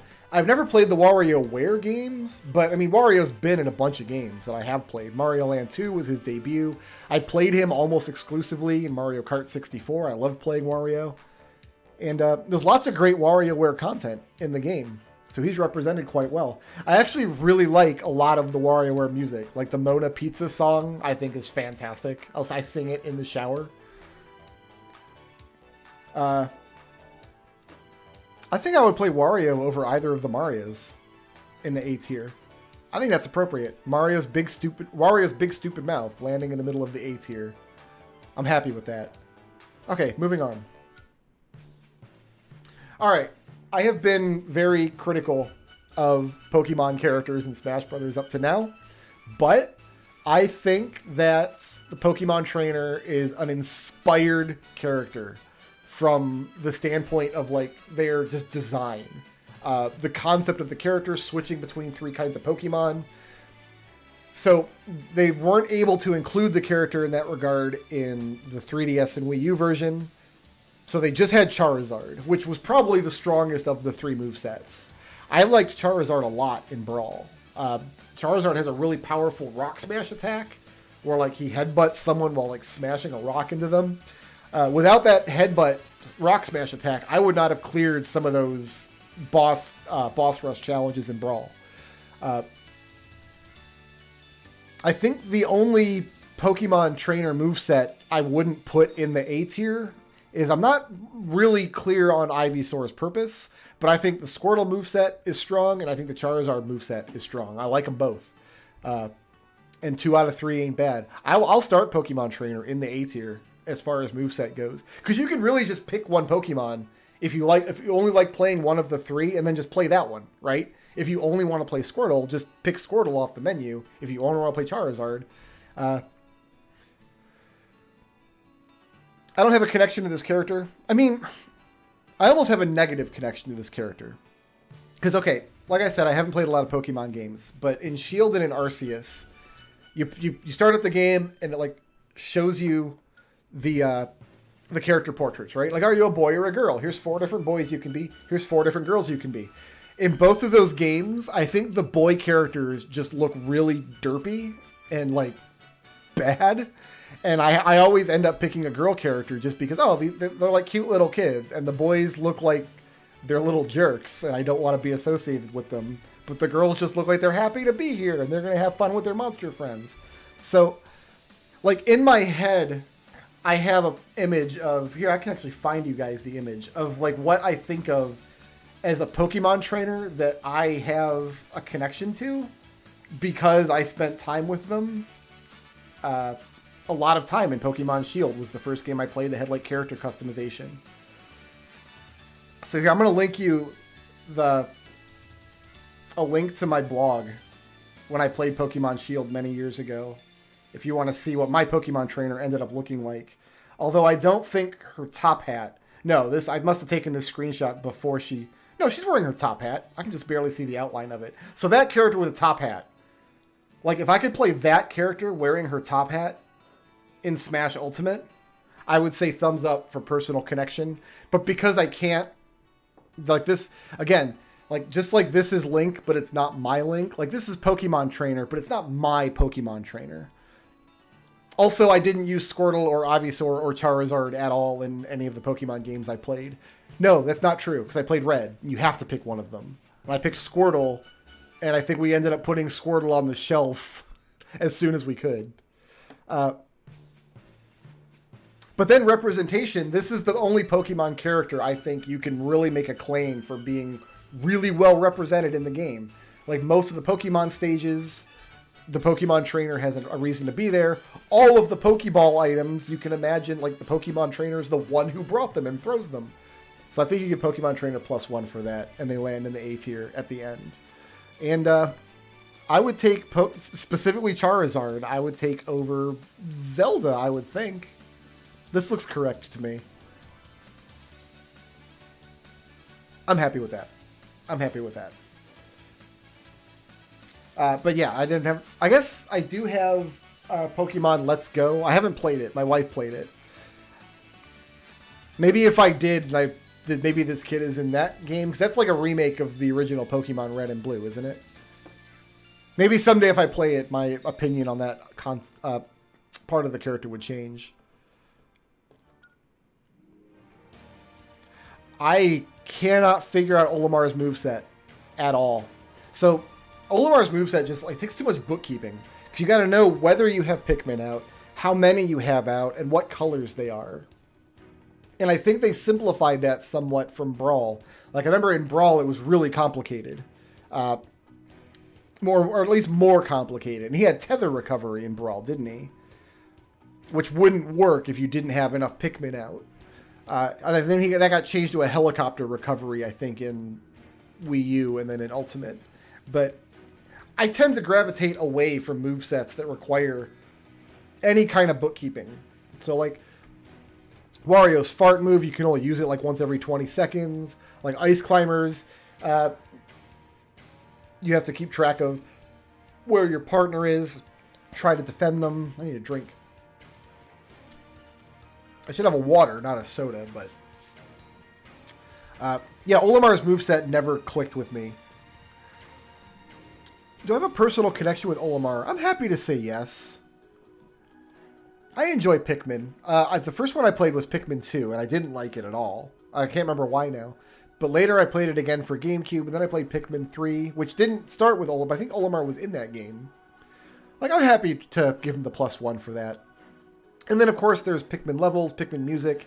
There's as much Pikmin representation in Smash as there needs to be. And it's all pretty focused on Olimar, I would say, being the main character of the series.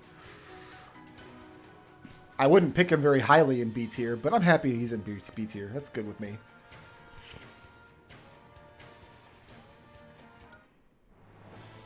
Alright, so before we get into Zero Suit Samus, can I just say that I hate this character's design. I hated it in Metroid Zero Mission. I hate that, like, underneath her cool body armor, Samus has this skin-tight bodysuit with high heels. Because, I don't know, I just... Like, I don't want to drag the video down with a discussion on, like, the over-sexualization of female characters in games. Like, sometimes it's fine, sometimes it's not. Whatever, I don't want to really get into it. But I never liked it with Samus. I never liked that, like, when Samus took her helmet off, she had, like, this perfect blonde ponytail. Like, she walked out of the salon into her robot suit. Like, my conception of her character from back in the 80s and 90s, like, there was a Super Metroid game guide, I think, that had this awesome artwork, like full-page artwork of Samus in her suit, but, like, a cutaway version. So you only saw half of the suit, and then half of it was just her body. And she was like 6 feet tall, and she was very muscular. She wasn't like this sex kitten character that they eventually turned her into. So the design of this character I just don't like. I mean, did she look different in Zero Mission? No, this is the suit she wore in Zero Mission. Oh, I guess you wouldn't be able to tell if she had heels or not. But in Smash, she definitely does, and that's what we're judging today. So, playing the character, like, she's fine. I'm going to put her in C to start with. But I'm going to say -1 for personal connection, because I just don't like this version of the character. She's from Zero Mission, and I like Zero Mission, but I hate the part of Zero Mission where you have to play in the Zero suit. And that's the part of the game that whenever I sit down to play a Metroid game, I'm like, should I play Zero Mission? No, because it's got that Zero suit part. You know what? I'll play like AM2R, or I'll play like a Super Metroid Rando instead. So, yeah, -1 for personal connection. And there's no Smash representation for this character. There's a lot of just Samus stuff, but there's nothing from Zero Mission specifically.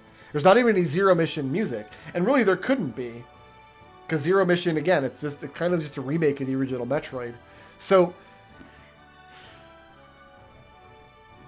I almost feel bad for doing this, but I'm going to say -1 for representation as well. And she'll be in the F tier. I don't like playing as this character. I don't like her design. She's almost like a failed Sheik. Does that make sense? Because Sheik is like an alternate version of a character. But like Sheik has a purpose in the game world, in the game where she gets originally introduced, that kind of earns her place in a game where a bunch of characters from a bunch of games are fighting each other. I don't think Zero Suit Samus does in the same way. And I think the best way you can like make that case is that her name is Zero Suit Samus. Like, she's an alternate version of the same character who's already in the game. I don't know. I think it's fine that she's down in the F tier. I'm going to leave her there. I like Ike. I'm starting Ike out in the A tier. Of the Fire Emblem Boy moveset, I think Ike is the best. So the main difference in Ike's moveset over the, like, Marth and Roy, or really just Marth originally in Brawl, but Marth and Roy later on got added to the future games as well, is, so all of the Fire Emblem characters, like, one of their core moves is like big upward slash, like this uppercut but with a sword. Ike's version of that, instead of jumping upward, is he flings his sword into the air, then he jumps up to catch it, and smashes down on the ground. It's very similar to Kirby's cutter attack. Like, it's almost the same attack, with different properties, obviously, because the characters have different weights and attacks, powers and stuff. But, man, that move, that's like what the Marth moveset was missing, was something very visceral like that. So, I didn't like Ike at first, because it seemed like in Brawl, it's like, oh, okay, so we're going to have Marth as the main Fire Emblem guy, right? We have Marth. But then instead of like just developing the main Fire Emblem guy representing his series, we're just always going to throw in whoever the new Fire Emblem guy is. I don't know what Fire Emblem game Ike is from. I'm assuming he's from one of the GBA games or DS games that was out around the time Brawl came out. I'm going to just guess that without looking it up, and I'll bet I'm right. So it just kind of felt like, oh, we're just going to have Marth, and then whatever the new flavor Fire Emblem guy is, and that's fine. I don't like that kind of inclusion in Smash, but if that's what the plan was, then I would be on board for it, especially considering I played the character and liked him a lot. That ended up not being the case in the next few Smash sequels. They just had all of the Fire Emblem guys forever. But my only personal connection to the character is that I like playing him in Brawl. And he wasn't one of my top, like, 4 or 5 in Brawl. I liked him, but not as much as Toon Link and Kirby and Donkey Kong and all of them. He's from the GameCube one, so that would have been...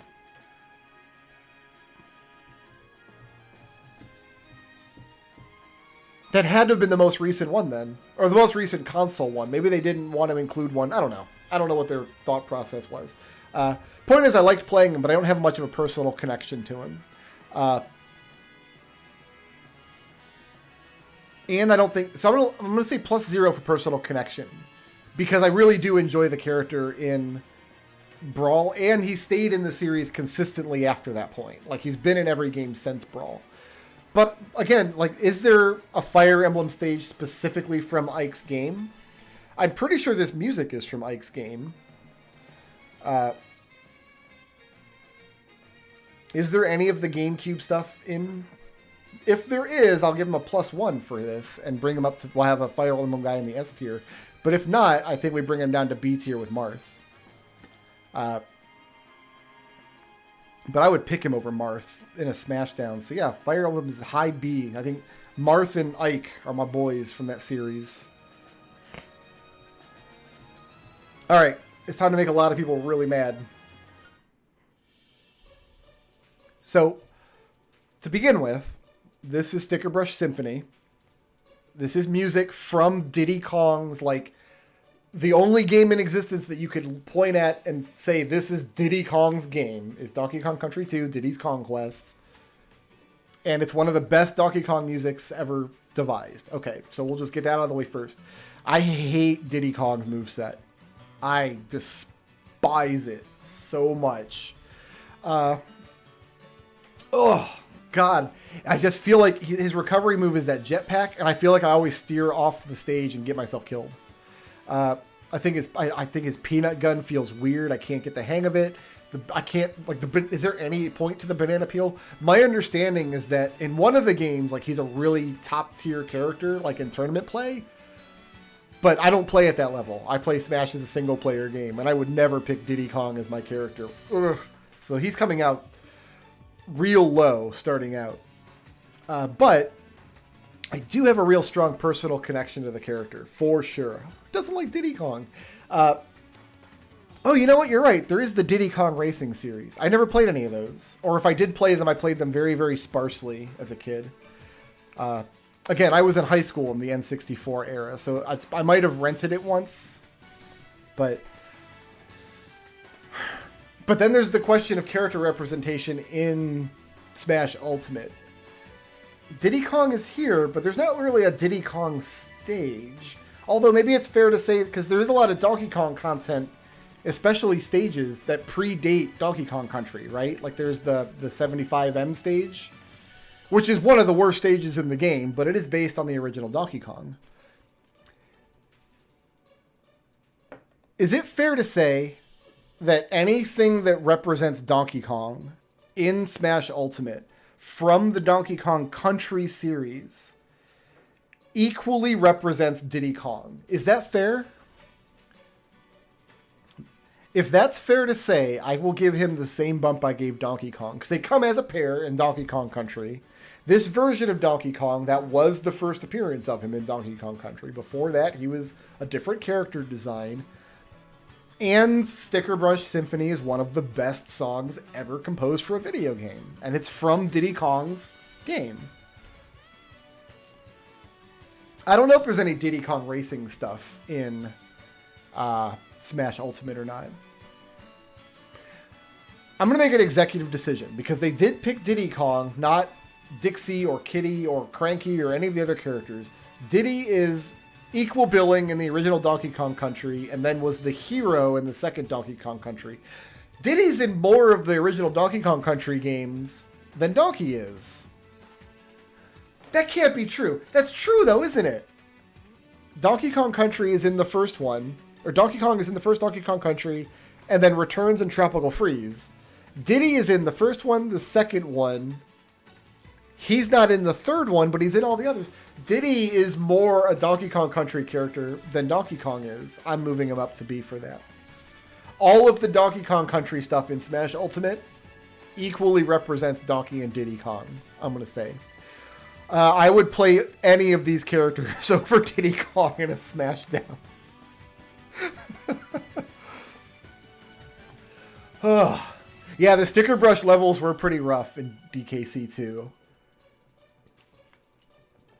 Okay. I'm happy with that. Like, I hate playing the character, but I do love the character, so B feels appropriate.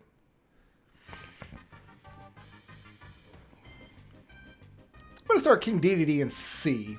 I don't like his moveset much. He's got one move where he summons a Gordo, and then he can like hit it across the screen at you with his hammer. But other than that one move, I don't like this moveset very much. It feels like fat, slow Kirby, and I'm so much more used to the Kirby moveset that I would rather just use Kirby if that's going to be the case. I do acknowledge that the character has a strong moveset. It just doesn't click with my playstyle. I would rather use Kirby.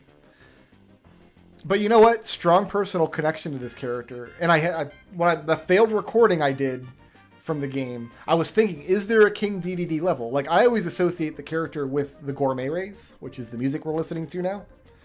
But was there a King Dedede level? And then I had to think about it. Like, yeah, there is. There's the Fountain of Dreams level from Melee.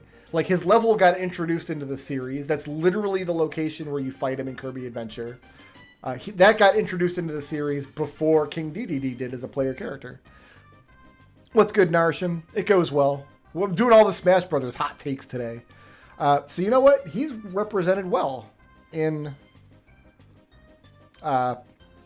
Smash Ultimate. And kind of all the food in the game is kind of implied to be as part of the Gourmet Race. And that's kind of King Dedede's minigame from Superstar.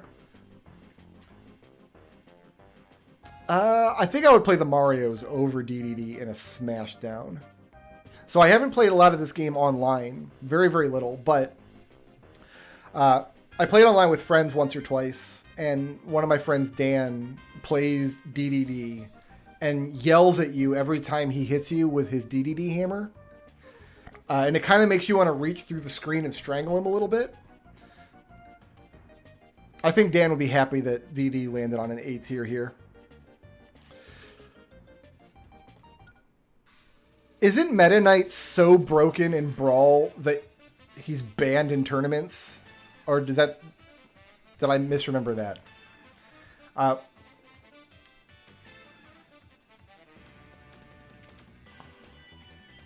think I messed up Meta Knight.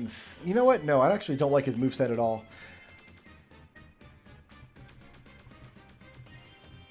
Yeah, because it's a lot of steering yourself around to make his sword connect in flight, and I can't really get the hang of. I think this is appropriate, starting him in D tier for his moveset. I just doesn't click with me. But, you know, my favorite Kirby game is Kirby's Adventure, and Meta Knight has a huge role in that game. And, of course, Superstar, which is my second favorite. So, like, almost more of, like, Kirby's recurring villain than King Dedede at this point. And the halberd is a stage. In Ultimate, I think Meta Knight is represented really well in the game. Ooh, where would I play him? Probably over Yoshi. Probably not over Ness, though. In fact, you know what? I think Ness needs to be... I would play Ness over Olimar. Because with Ness, I can pick him and just spam PK Fire and be kind of okay. Yeah, Meta Knight landing in B sounds good to me.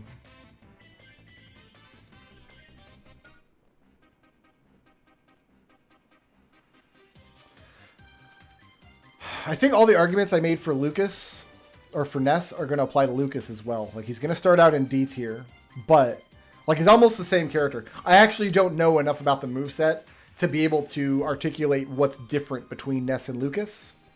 But, as far as personal connection to this character, I have none, and the 2 times I've tried to play Mother 3, I thought it was terrible. So, -1. He's well represented in the game, though. He has his own level. New Pork City is a Mother 3 level and lots of music and stuff. So yeah, that's enough to drag him back up to D tier. I think him being 2 tiers below Ness is appropriate. Kirby does have a Kabong move, but I never use it. his side B. Yeah, I don't want to talk about Lucas anymore. He's a depressing character and I don't like him. R.O.B is fine. Yeah. I think R.O.B is a C moveset. He's got a couple moves I really like, but his projectiles are kind of strange to use. Like, his laser isn't a standard charge laser, is it? It's like, depending on how long it's been since you've last fired the laser, you will get a different size laser. And then his like little top spins that he throws out. But yeah, his moveset never clicked well with me. I probably didn't use him that much, though, in Brawl, and then I probably haven't played him hardly at all in Ultimate. I think C is probably a good starting place for characters like that, whose movesets didn't click with me and didn't really inspire me to go in and play with him anymore. I don't have any personal connection with R.O.B either. It's not gonna drag him down, I don't think. I wouldn't give him -1. Because, I mean, I had an NES as a kid, but I bought my NES after, like, the second or third run of them when they stopped putting the robot in there. So I didn't have a R.O.B. Although I did play the hell out of Gyromite. Maybe that's fair. Like, I played there's only 2 or 3 games that worked with the R.O.B, and Gyromite was one of them. And I played the hell out of Gyromite, but we always played with 2 controllers instead of hooking one up to a R.O.B. So I think he starts in C and then stays in C through the personal connection phase. Question is he's not very well represented in Smash, is he? There's some music for him. He's got theme music. But there's not like a R.O.B level.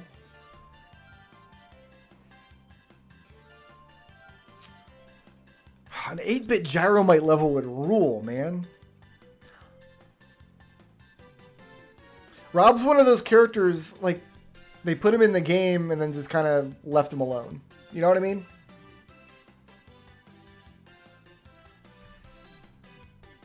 It's really hard for me to leave him there when there really should be a R.O.B level of some kind, but I don't even know what that would look like. Like, you just fight on top of a giant R.O.B. What other R.O.B games were there? There was Gyromite. I have to look it up. NES R.O.B games. Let's see.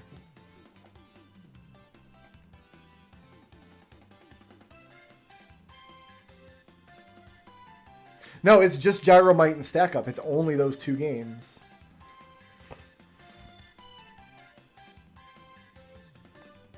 That's pretty bad. Like, he didn't have good representation on the NES, let alone in Smash Ultimate.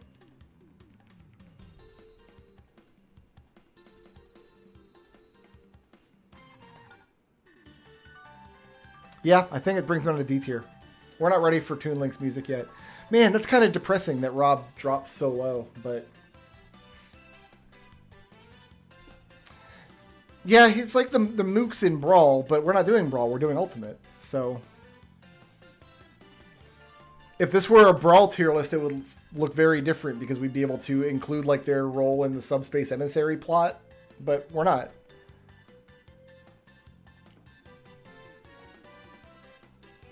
Like, I hate it, but I think that's appropriate. I think R.O.B just lands in D tier. Alright.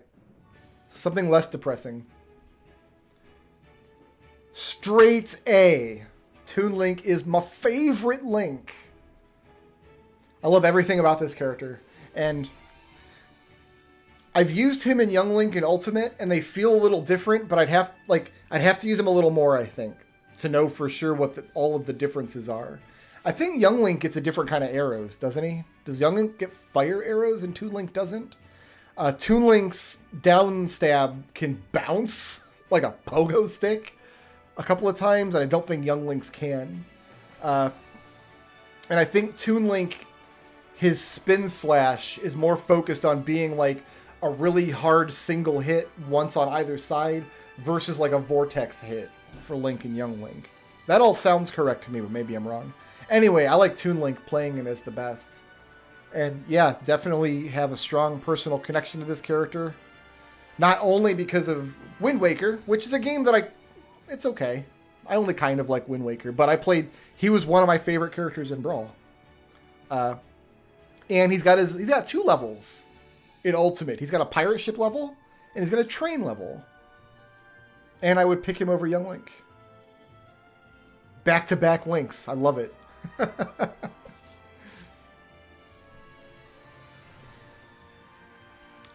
Oh, I have a lot to say about Wii Fit Trainer. I can't wait. We still got 5 or 6 characters. We got to get through all the rest of the Brawl casts. Okay. So that was the third Link. Let's talk about the third Fox character. Yeah, Wolf's good. For same reason as Fox and Falco are. I just love the moveset a lot. Wolf's version of the moveset is a little shorter range and a little more aggressive. It's more focused on him landing like clawing attacks. Whereas Fox, you can play really effectively at range. I feel like Wolf, you really want to draw your opponent in. And he has a different reflector, too. Like, instead of his reflector surrounding him, he, like, throws it out in front of him a little bit. Kind of in the similar range to, like, Dedede's hammer attack. I have no connection to this character, other than playing him in Brawl. I've never played a Star Fox game that has him in it, honestly. Or no, I've never completed a Star Fox game that has him in it. That's not true. I've completed Star Fox 64. I just don't remember it. I know I have completed it, but I don't remember anything about it. I'm just not a fan of the series. But there is like a Star Wolf level in Sector Z, which is where you encounter Star Wolf. And he has his theme music and stuff, so, you know, he's his own man. I would take him over any of these jabronis. So we got Fox, Wolf, and Falco all right up here at the top. That's not Wolf's reflector? Is that how they changed Falco's reflector in Brawl? Somebody's reflector, they throw it out in front of them instead of using it as a shield the way Fox does. It's Falco's reflector that does that. Maybe that's one of the reasons that I liked Wolf over Falco then. Because I preferred Wolf to Falco in Brawl specifically. And maybe that's the reason. I think this is appropriate, though. I think Fox, Wolf, Falco in that order seems right to me. Okay, some more Pokemon hot takes. So I thought, like I said, when I thought with Ike, like we're going to have like the main Fire Emblem guy and then like have Flavor of the Month Fire Emblem guy replacing the previous Flavor of the Month Fire Emblem guy. I thought in Brawl they were going to do the same thing with Pokemons. Like Pikachu is just like the main series representative. And then whatever the hot new Pokemon game is, we'll pull in one of the guys from that game. And then they replace Mewtwo with Lucario, whose moveset I hate. Unfortunately, you're going to start seeing some of the tiermaker.com UI now. So yeah, right off the bat, I don't like this character's moveset. Lucario's game mechanic is like the higher percentage damage it has, the better its moves work. And I just don't like that in a character. I would prefer a character whose moveset works fine at 0% damage. I remember the moveset being very similar to Mewtwo. I'm going to be honest, though. I probably have not selected this character off of the menu in Ultimate. So, personal connection to Lucario. I actually have one now. I didn't. I do now. So, okay. I didn't play Pokemon Diamond and Pearl, which is the game that Lucario was introduced in. And I'm pretty sure that's where this music is from, unless I've screwed up entirely. But Arceus takes place in that universe, in the Diamond and Pearl universe. To the point that I played through the game, and like the last bosses in Arceus are like the god Pokemon from the end of Diamond and Pearl. What are their names? Let me think if I can. Do I remember their names? I just fought them a few weeks ago. I don't, but you can see them in the stage in Smash Brothers Brawl on the spear pillar, I think it's called. So I was like, oh, I recognize those guys from Brawl. That's so cool. And then the next time I logged in to play Arceus, I went back to complete some of the side stuff that I hadn't done. And I found Lucario, and I captured him. And I'm not using him in my party or anything, but... yeah, you know what? I'm going to say I have a personal connection to Lucario because I was just delighted to make those... To recognize all that stuff in Arceus when I played it. Because I just enjoyed that game, and it has a connection to the game Lucario is from. Which I'm going to guess was the most recent Pokemon game to come out when Brawl was new. And that's why they chose Lucario from that game. So personal connection, I would say -1, but I'm going to leave it at 0. because of Arceus. And I have to give Lucario +1. There is in Brawl and still in Ultimate,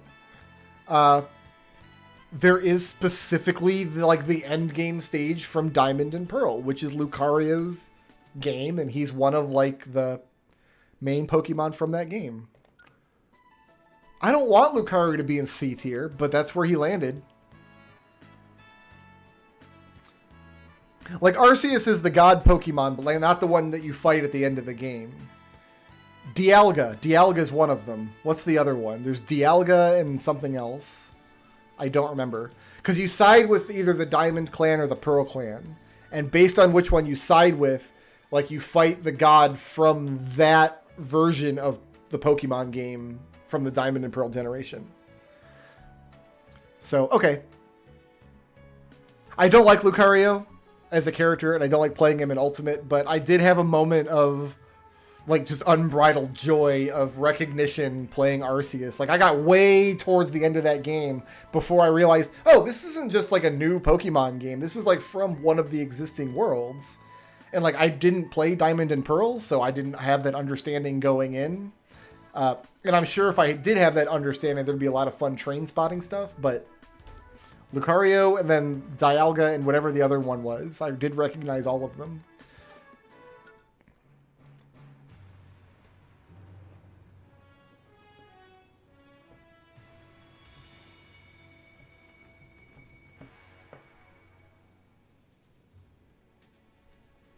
It's time to be real sad, guys.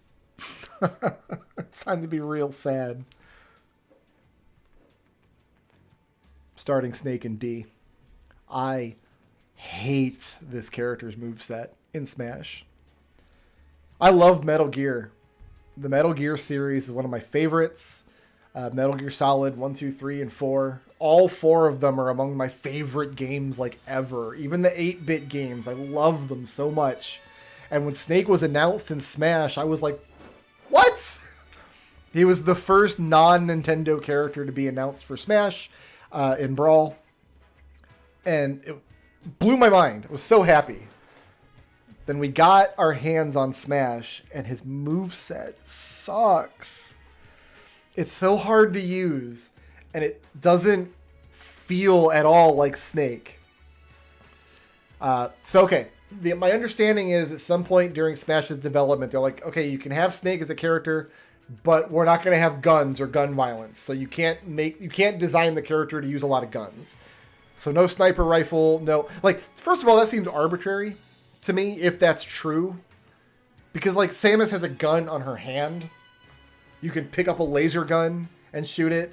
Fox and Falco and Wolf all use laser guns. So they designed Snake's moveset to be more around his grenades.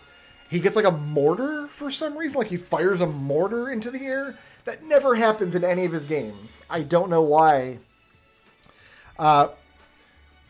Yeah, so the only move in Snake's moveset that really feels like Metal Gear to me, the grenades, yeah, sure, you get grenades as an option, but grenades are so generic. Everybody in every military-style game gets grenades. The only move in his moveset is his down throw, where he grabs them, CQC style, and then lays them carefully down on the ground. That's the only part of Snake's moveset that feels authentically Snake. And I just don't like the moveset in fights. I think it's a little too slow. The range always screws me up. Just everything feels wrong.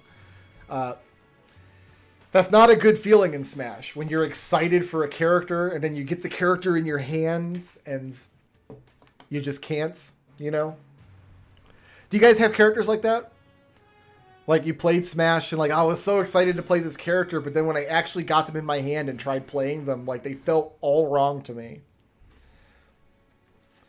Yeah, they nerfed Snake's butt in Ultimate. He had this great butt in Brawl and whatever. But you know what? As far as a personal connection to the character, yeah.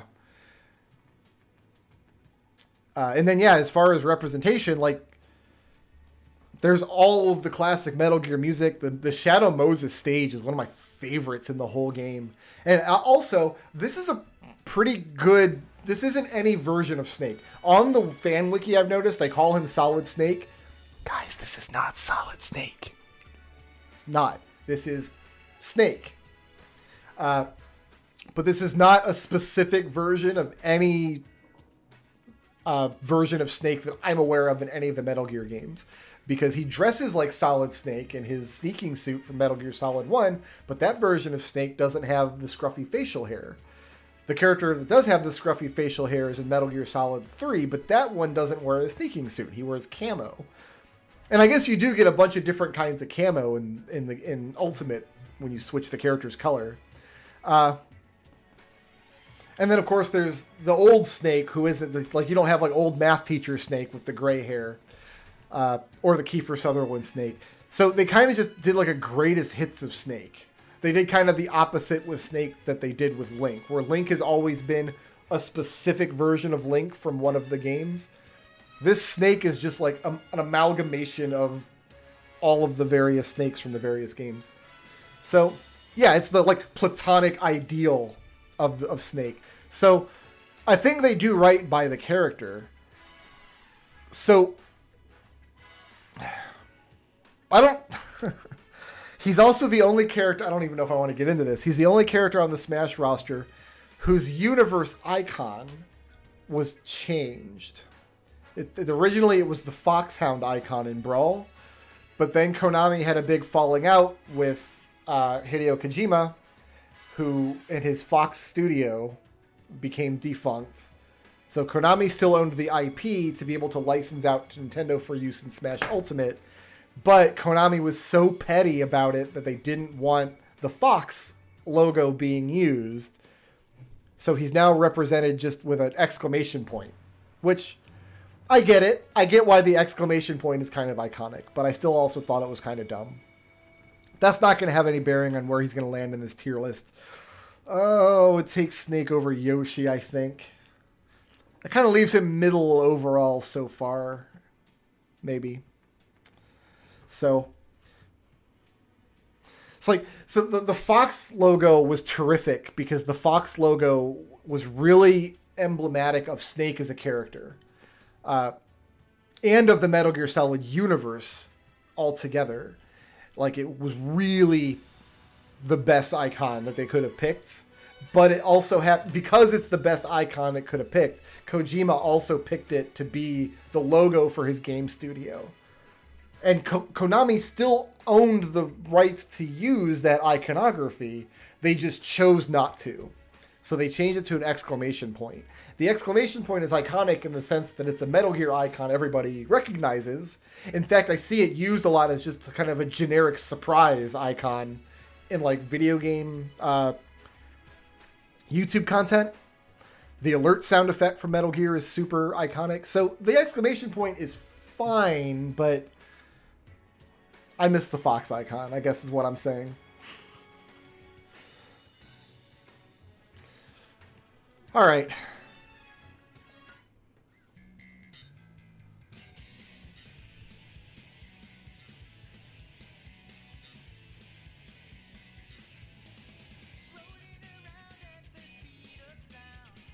This song is both awful and terrific at the same time, and that's pretty emblematic of pretty much all of the vocal tracks from Sonic games over the years. Sonic is almost a D tier character for me because he's incredibly fast and like hard to control. It's really easy to just accidentally run off the stage with Sonic and just land in a hole and die. But he has like a homing attack. One of his spinball attacks is a homing attack, and I can get a lot of work done with that in single player modes. So he's definitely not a garbage character. Like Snake is kind of a garbage character for me to pick. I can do some stuff with Sonic. But yeah, like, strong personal connection with Sonic, and there's a ton of Sonic content in Smash. Like, they did right by this character in Smash. I think he's at the bottom of the A tier. I think I would pick Dedede over Sonic. Yeah, what else can really be said about Sonic? I kind of just want to sit here and listen to the song for a minute.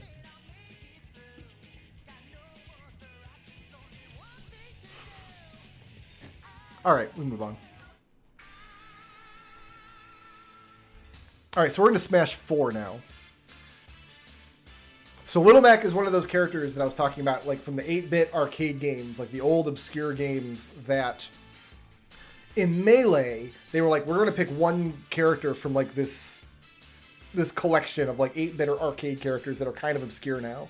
At that point in time, Little Mac was, like, I think a lot of characters were expecting to see Little Mac in Melee, and were kind of surprised that we got Ice Climbers instead. But since that game, Little Mac got a lot of representation because they put him in as an assist trophy in Brawl, and then he got his own game on the Wii. So he had kind of a resurgence. So it's really no surprise they finally made him playable. I actually think it's weird it took them that long. Like, I kind of understood why they didn't put him in Melee. They only wanted one of these, like, old school arcadey characters, and Ice Climber was the correct choice. But in Brawl, like, you're going to go back and dig Pit out of the nonsense, but not Little Mac? Really? I don't like playing Little Mac, though. He does feel bad. I think he feels terrible. He has to fill up his, like, punch meter or whatever, the mechanic. Kind of a revenge mechanic. He fills up his little KO meter, but yeah, I just don't like how the character feels. My understanding is Little Mac is supposed to be one of the worst characters in the game in like a tournament context. Like, he's almost like a joke. So it doesn't surprise me that much that I also have a hard time playing him. But I'll say I've got a strong personal connection to this character. I played the crap out of Punch-Out as a kid. I also played the Wii version of Punch-Out. I didn't beat it because it's really friggin' hard. My reaction time is awful, but I enjoyed it when I played. He also has his own stage and his own music and the wireframe Macs that you can fight. Like, yeah, Mac is alright. I would play Mac over Snake, I think. That seems good. That seems fair. I didn't play him extensively in the Wii U version or the 3DS version, but I haven't liked him in any version, really. Alright.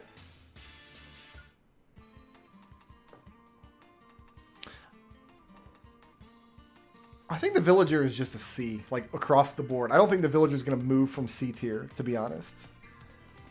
I've never played an Animal Crossing game.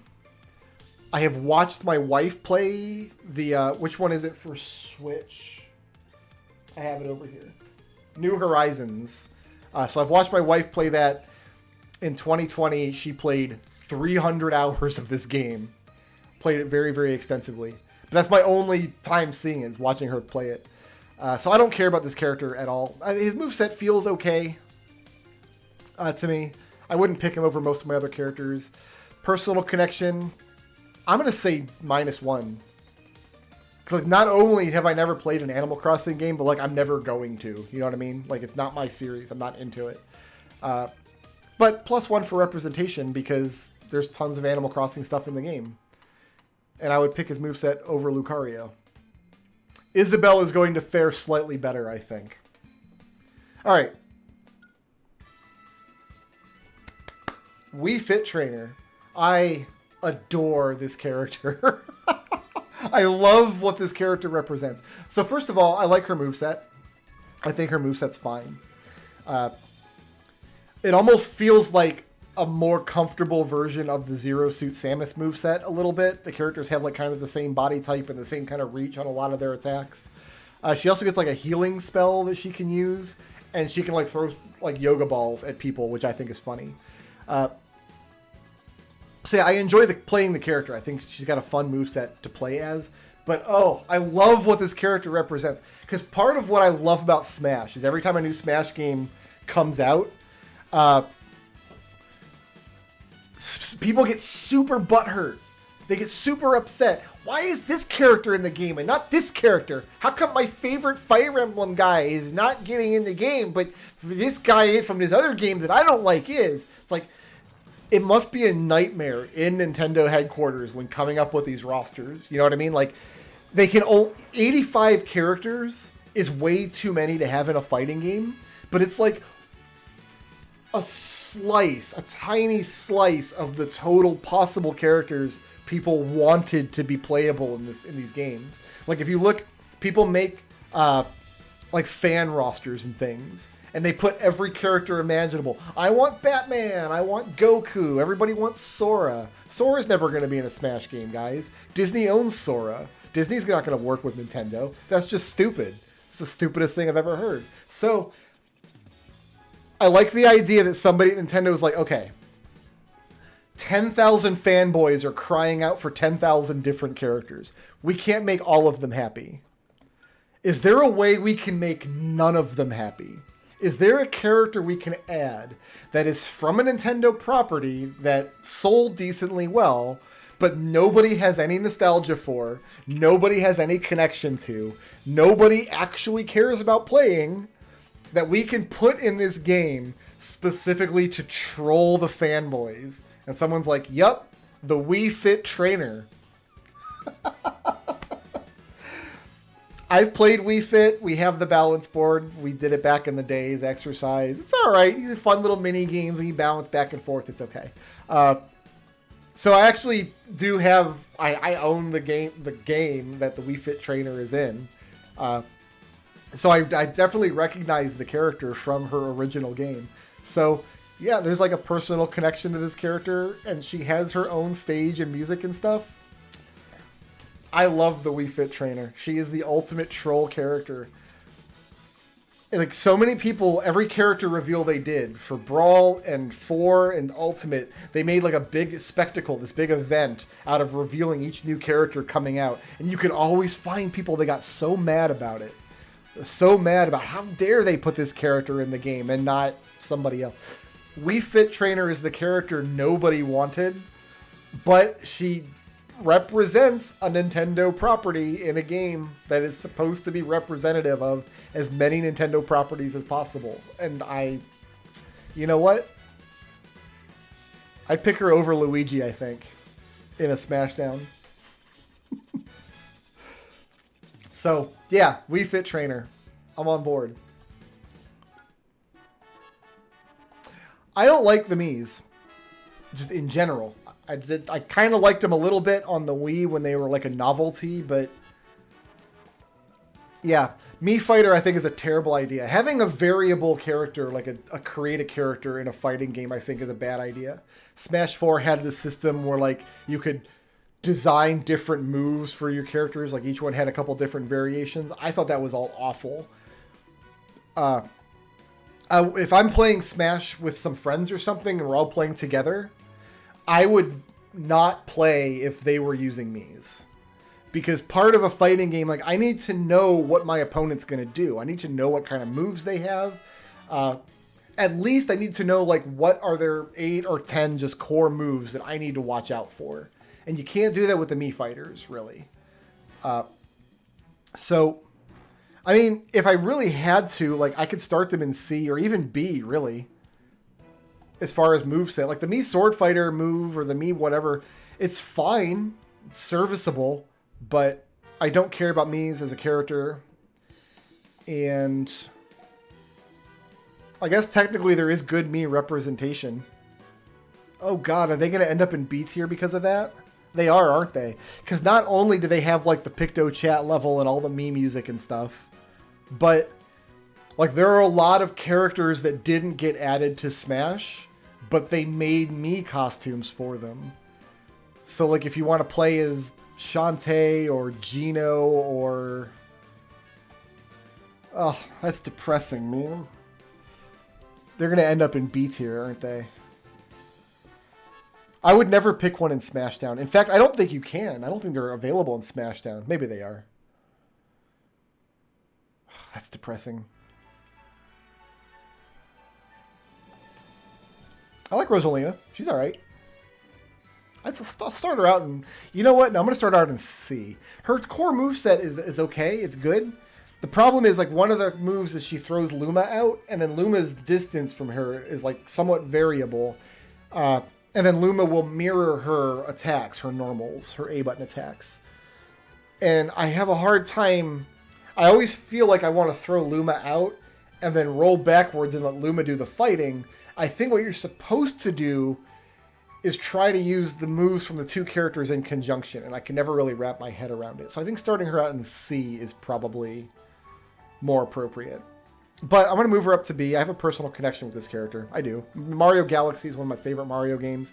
And she's actually, usually in Mario games, for years and years, they'd introduce new characters, but they kind of wouldn't stick around. Like, there'd be, like, one character in this game, and then when they make the next game, like, they moved on to different characters. But Rosalina is kind of stuck around.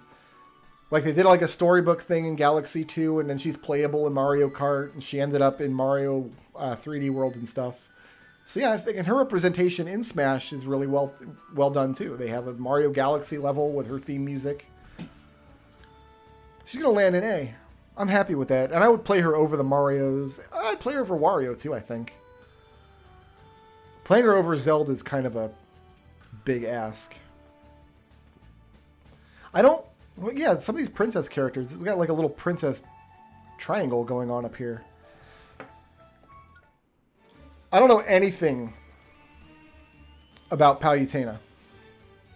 I don't even know if this music is appropriate for her. Her moveset is kind of strange. She has a reflector, I believe, and she has like a machine gun goddess laser attack. You hold the button down and it targets somebody, and then like a bunch of little things shoot out. I think the character design is dumb. I just think she looks dumb, and she's just generic anime princess. My only connection to her games are at her being at the end of the original Kid Icarus. So, yeah, I think she gets -1 for that.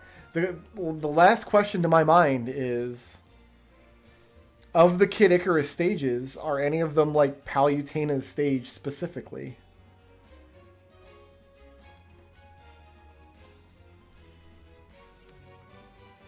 Yeah, Palutena's temple is a stage. Fair enough. So she'll get a +1 for that. And she's going to land...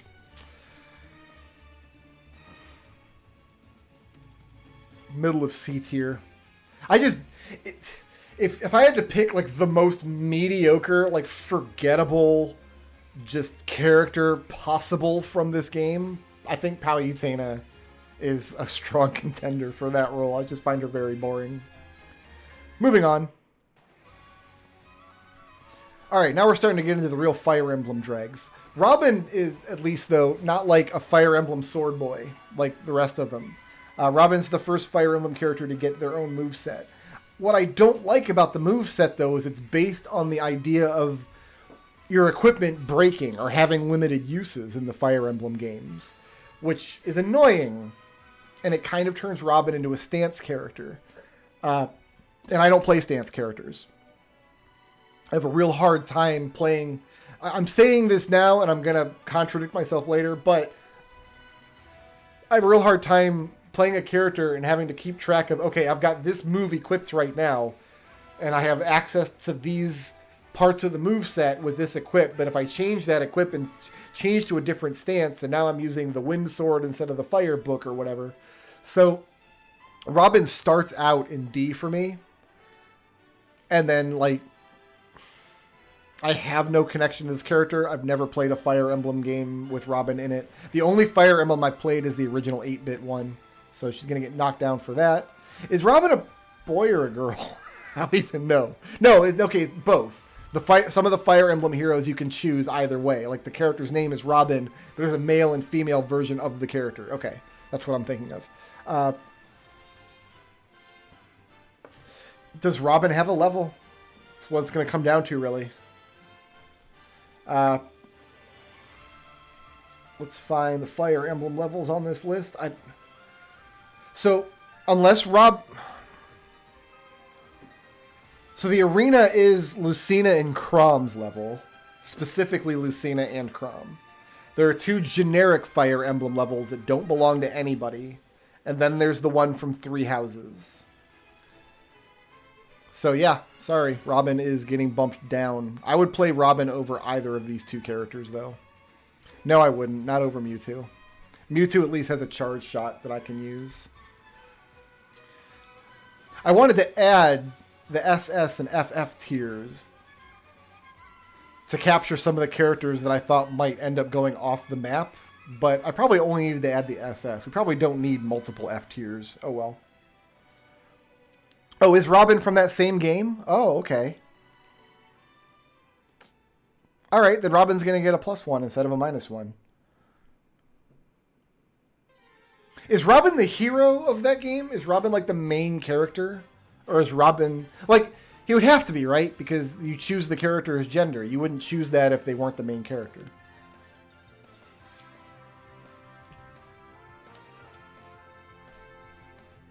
Alright, then Robin ends in D. I don't want to spend a lot of time with Greninja. I don't Oh, that's not Greninja. There we go.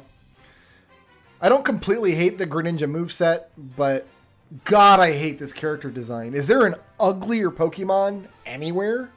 This character sucks. So, I'm assuming this is like the third tier water Pokemon, like water starter from whatever generation Pokemon it is. But this character sucks. Oh, it's awful.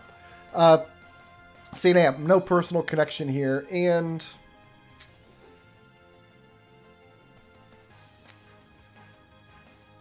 Greninja's from XY. Is that correct?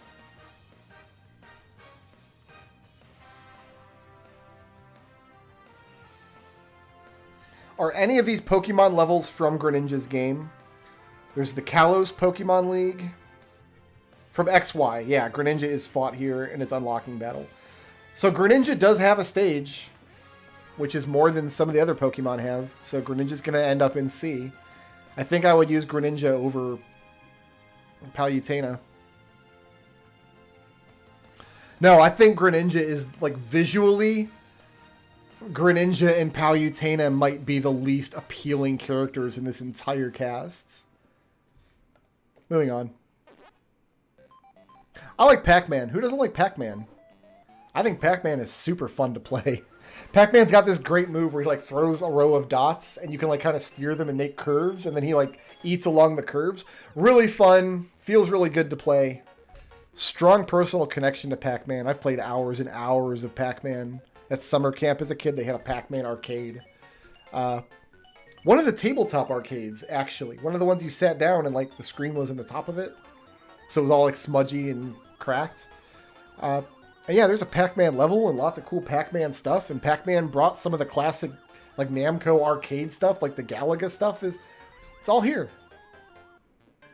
Happy to play Pac-Man.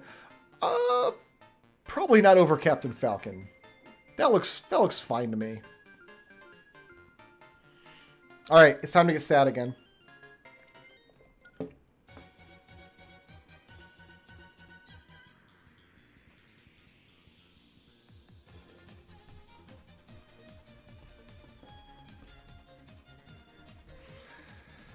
Mega Man has another of those movesets. You know what? Probably not quite D tier. Because the moveset itself is fine. Lots of ranged attacks, which I like. But one of those characters, like, he just feels wrong when I'm playing him. He just doesn't feel correct. I always want to hit the special attack button to make him fire his Mega Buster, and that's not his Mega Buster button. Like, if I was the one to implement Mega Man as a playable character in Smash, like, this is not close to what I would have done. But he does have a lot of his different weapons from all of his different games, if that matters. But yeah, I don't like playing as Mega Man. But, I mean, hard to think of a character on this big chart that I have a stronger personal connection with than Mega Man. My goodness. I have more time with Mega Man over the years than Mario, surely. And representation is great. Like, they went real deep into some of the classic game movesets looking for Mega Man moves. I'd probably play him over Sonic, but not Dedede. Like, I really wish Mega Man could be a double S character, but unfortunately it's just not happening.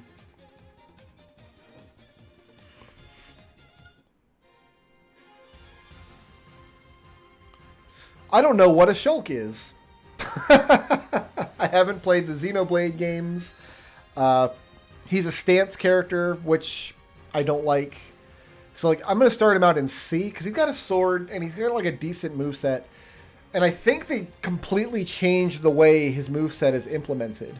In one of the games, like, you hit the special button to cycle through 4 or 5 different kinds of sword modes. And in one of the games, you hold the button down, and they kind of, like, fan out, and you select one, and then he fans back in. But I don't know which is which. But his basic moveset is like a sword guy moveset, and he's got some decent range, and his smash attacks are fine. And I never have to use his specials if I don't want to. So C is probably more appropriate than D to start with. But I have no connection to this character whatsoever. He does have his own level and stuff, though, from Xenoblade. I would take him over Lucario, but not Palutena at least has that one laser attack that I know pretty well. Yeah, I mentioned that Dedede was Dan's, like, my friend Dan's favorite character. Sheik is, like, my friend McDole's favorite character. But when I played McDole online once or twice, I don't think he went hard against me with his Sheik.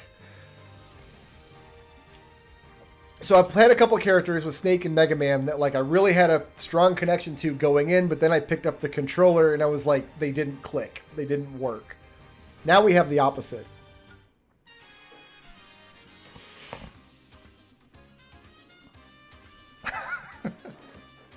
Bowser Jr. sucks. He's an awful character. I hated him in Sunshine. Oh, such an annoying character. But I was playing Smash 4 one night, playing online, and as a joke, because I wasn't taking it seriously, and as a joke, I picked Bowser Jr., just being like, oh, I'm going to play the crap characters, and his moveset is so good! He clicked immediately. All of his moves are awesome. And I went on a win streak with Bowser Jr. I demolished Dan's Dedede and McDole's Sheik, and my first night with Bowser Jr., like, for some reason, the moveset just meshes with me. But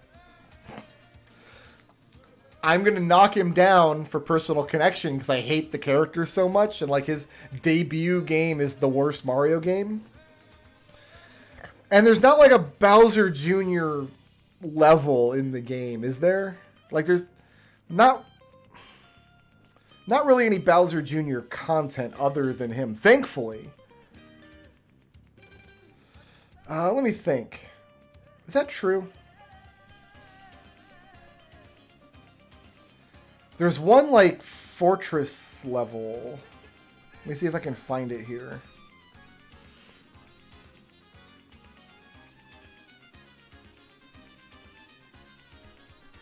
Which one is it? It's not Super Mario Maker, although that is a cool level. Like, there's a Paper Mario level, and there's not, like, a Bowser Jr. level.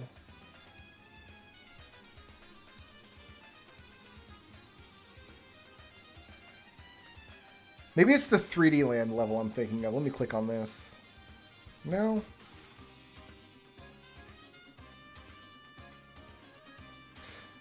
The level I'm thinking of has, like, the platform in the center that, like, spirals around it the whole time.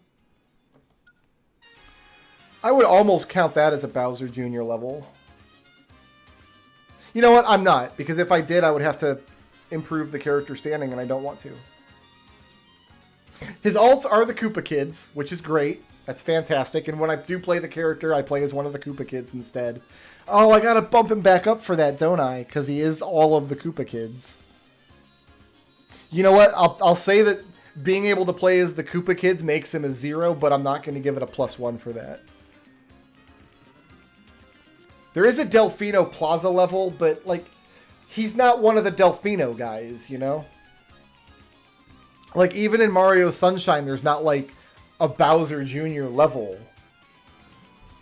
I think leaving him at S is appropriate, and he goes way up here. No, I'd play him... God, I'd play him over Samus, too. Yeah, that's... Oh, this is the worst tier list ever. Moving on.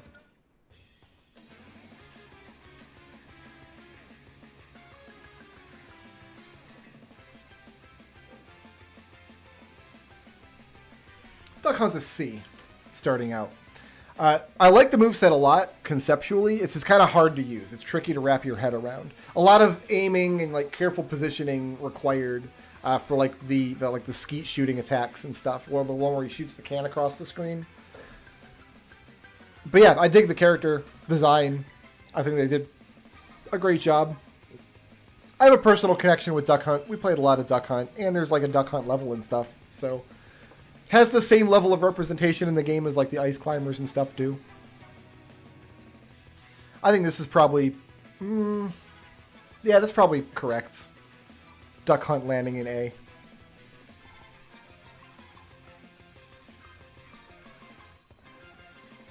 Man, I don't like the Nintendo Zapper, though. The NES Zapper. I never really liked all the Zapper games. Eventually, I learned that, like, the way that the Zapper games worked is they were just using infrared to check for, like, bright white light. So you could just point the gun at, like, a white light bulb and win every time.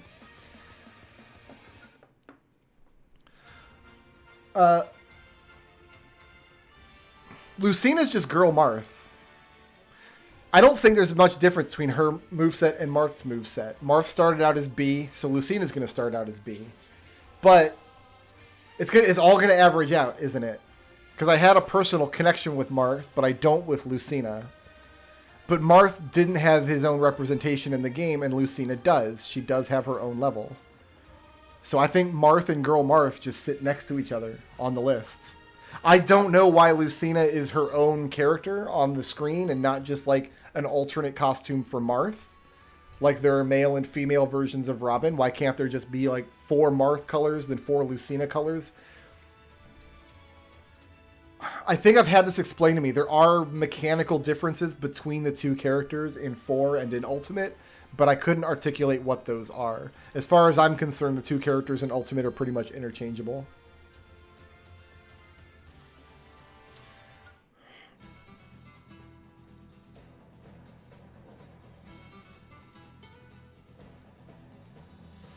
Where did I start Pits?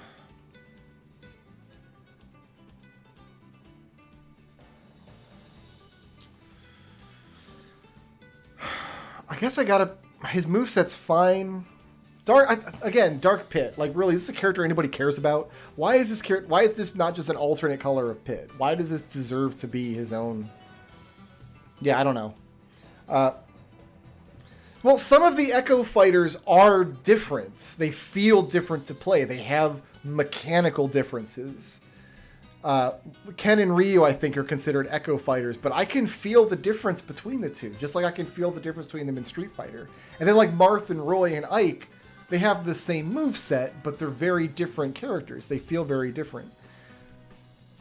Pit and Dark Pit, I don't know the difference between them. Just where Pit went up in representation, I think Dark Pit's going to go down. Like, no personal connection, bad representation. I don't think any of these levels are Dark Pit's level. The moveset's fine, though. Like, I would take the moveset probably over... Not over PK's Fire Spam, I don't think. I would take PK Fire Spam over Ganondorf, though. I would take it over Sheik, too. Yeah, you know what? That's appropriate. Dark Pit, down at the bottom. Who cares?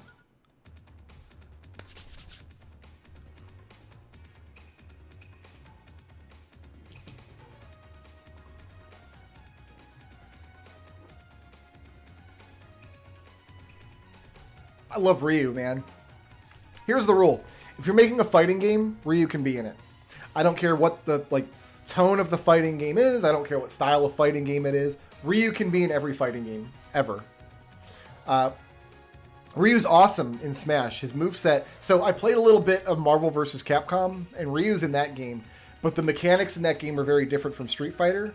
So the character felt really wrong. Like, they changed Ryu's moveset to match the MVC moveset, and it just felt completely wrong to me. I didn't like playing him. That happens in Smash too, because obviously Smash, the specials are mapped to buttons in a different way. But they were so smart, and they allowed the original motions to work. You can throw a fireball using the same fireball motion, rather than having to just use neutral B. God, that's a smart move, and it makes Ryu so much fun to play in Smash. Like, if you can play Ryu decently well in Street Fighter, which every Street Fighter player probably can, you can play him decently well in Smash. So yeah, strong personal connection. He has his own level, his own music. Over Donkey Kong? Does Ryu go over Donkey Kong?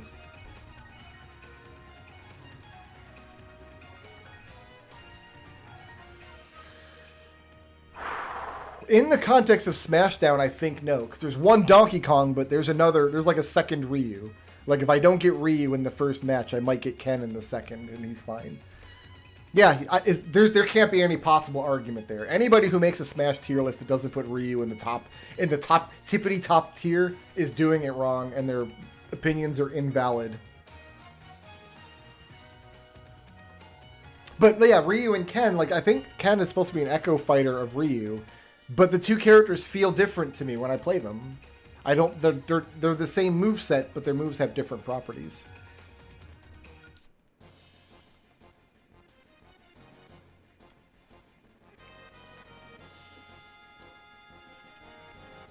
Cloud's moveset has always felt bad to me.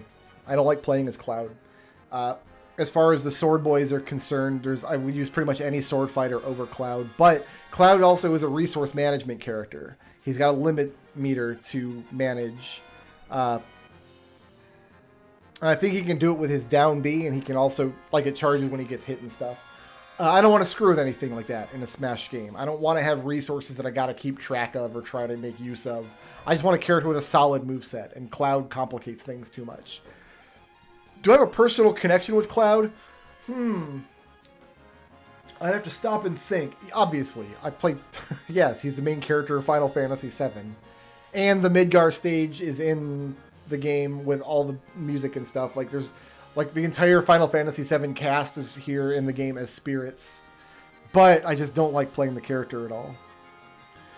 He does have a sword, which makes for decent special or decent normals. I think I'd put him ahead of Olimar, probably.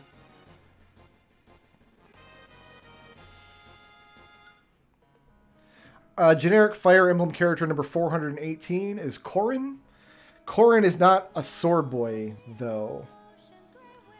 Corrin is, I think the term is a Manakete, like the person, one of the people that turns into a dragon to attack, and Corrin can like turn into a water dragon. I remember the moveset wasn't like super offensive to me, but I didn't care about the character, so I didn't pick them. There's a male and female version of Corrin too, isn't there, in the game? I think that's the case. I think that's correct. But yeah, no personal connection, and as far as I know, there's no like Corrin level. So Corrin's going to slum it in the F tier along with Samus.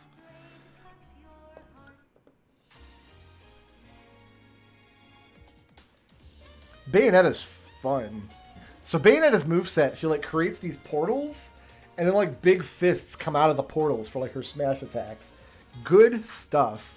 I'm bad at using it though, like her moveset. It's very difficult for me to use her properly in single player stuff. So I don't use her often. But I like just visually and viscerally, it's a good moveset. And I don't have a strong connection to this character, though. You know what I mean? I played one of the Bayonetta games. It was fine. But I don't, like, love the games or her character. I think they announced Bayonetta 3, didn't they? I might pick that up. We'll see. But she does have her own stage, and it's one of the coolest stages in the game. I love the falling, dilapidated clock stage in the game. I feel like Ness, like in this big B tier here, Ness is like the very last of the characters whose movesets like I know fairly well and am good with. And then Ness is only here because of PK Fire spam. And then down here are all the movesets that I don't like that much. So Bayonetta is like the top of the B tier movesets that I don't like very much. It's fair.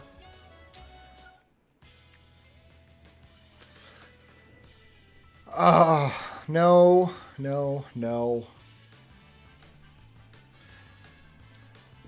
I can't deal with the Inkling's moveset.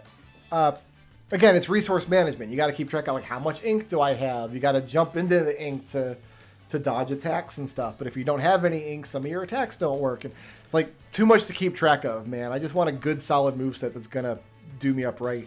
And the benefit to her using ink is you cover the opponent in ink, and then an inked opponent takes more damage from your attacks.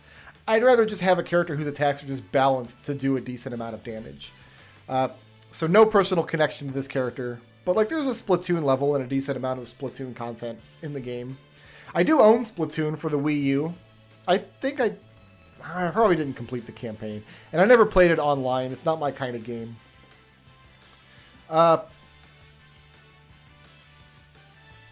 I think it's appropriate to leave the Inkling at the back of the D tier. I'd rather have Robin's breakable equipment over keeping track of Inkling's, like, ink levels.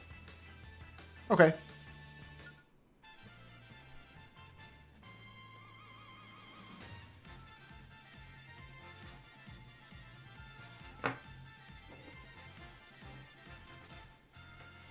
I can do some damage with K. Rool. So the moveset, he's got like his counter belly, right? And he's got his crown projectile that he throws. His like crown boomerang. That feels pretty good. And he's got this like helicopter recover that is a little hard to steer, and sometimes it gets me into trouble. But overall, I think the moveset's fine. And he's like big and heavy and strong, so he feels really good when he lands hits. So K. Rool's good. I'm okay with K. Rool. Still starting him out in C, though, because he's definitely on like the back half of the roster that I would like to use. But man, personal connection, sure. Big fan of the DKC games. And is Gangplank Galleon one of the stages in the game? It is, isn't it? He literally does have his own level. I'm going to double check that.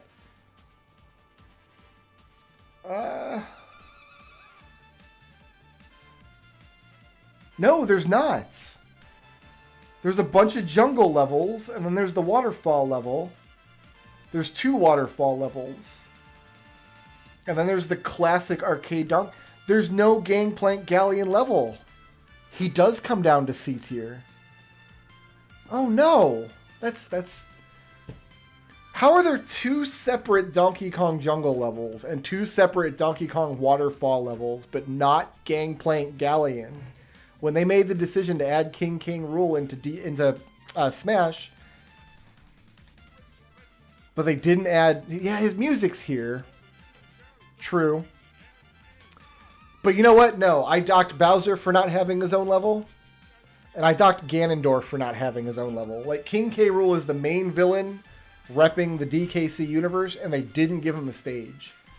Good moveset, though. That's going to drag him all the way up above Villager, I think. All right, more unpopular opinions.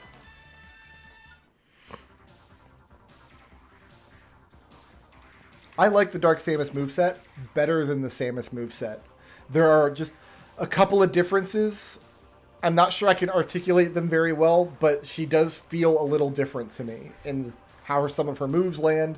It's actually it's a genderless monstrosity wearing a Samus suit. Between the 2 characters, I prefer playing Dark Samus. But I think the characters are so similar as to basically be interchangeable. The difference is I have no personal connection to Dark Samus, and there's no Metroid Prime 2 level in the game. I think dark versions of characters should not be their own characters. They should just be alternate costumes. So even though I really do like playing this character a lot, and I would play her in a Smashdown over pretty much all of these, yeah, that's that. Ridley. Very disappointed with the Ridley moveset in this game. It's just like Mega Man, just like Snake. Like, man. I picked Ridley off the menu, and it didn't play how it felt like Ridley should play. So, Ridley, to me, his main distinguishing feature in fights is his flight. He's always airborne. He's always like swooping in from the side, or like staying at the edge of the arena throwing fireballs, or like darting up off the screen and away from you. Like, he's always flying. In the game, he can fly like a little bit, but not as much as like Kirby. And Kirby, like, I get it. You can't have a character with infinite flight. I actually don't know that that's true. Like, would it break anything if a character didn't have infinite flight? I don't know. Because, like, eventually you still get smashed off the level if your damage is high enough. I don't know. But Ridley is, like, just a big monster that's stuck on the ground in Smash Ultimate. And he feels bad there. Like, I want to be swooping around like a mofo and, like, covering the arena in fire. And, like, aiming my drill tail. Like, you can't do any of that with Ridley. Like, it's just not there. The original excuse for why Ridley was not in Smash is that, like, he was too big a character. Like, he was a great boss fight. But I think the real reason is, like, the traditional Ridley moveset just doesn't translate well to a character that has to be balanced for Smash. I think he was better used as a boss fight, and the big fan push to see him included was just... They should have known better. They should have known to ignore that. But you know, super strong personal connection. My God, me and this dude go way back. And he has his own level and stuff. There is Norfair level in the game. So,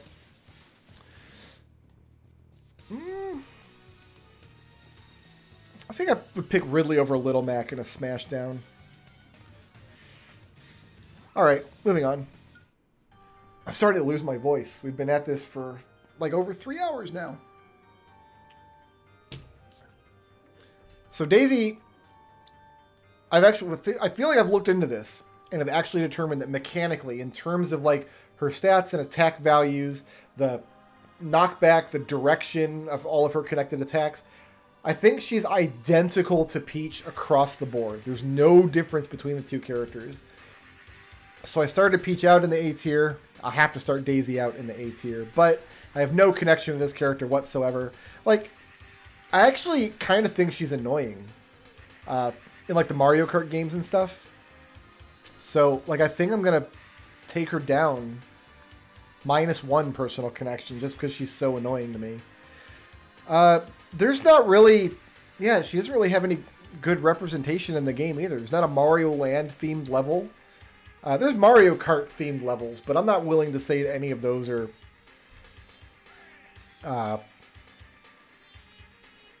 relying on Daisy being present. So yeah, she's going to get knocked down for that too. So yeah, she's bad to play. She's annoying. She doesn't have her own like theme music and stage and stuff. Even Peach doesn't have her own stage, really.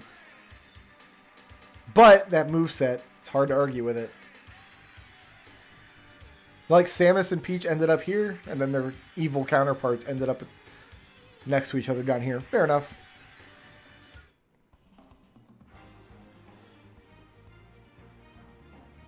I think Chrom, if I'm understanding this correctly, as far as the Fire Emblem Sword Boys go, Chrom is very similar to Roy. Do I have that right? If that's the case, then Chrom would start in B when Roy did. We'll knock him down 1 because of no personal connection, but he does have his own level. So already I can tell this whole tier list is completely invalid and stupid because I've got Chrom 1 tier above Roy. Which, like, the math doesn't lie. That's what happened when we applied the algorithm. But the whole exercise is completely invalidated. I guess we'll just put him up here in the rest of the Fire Emblem B tier. That's fine.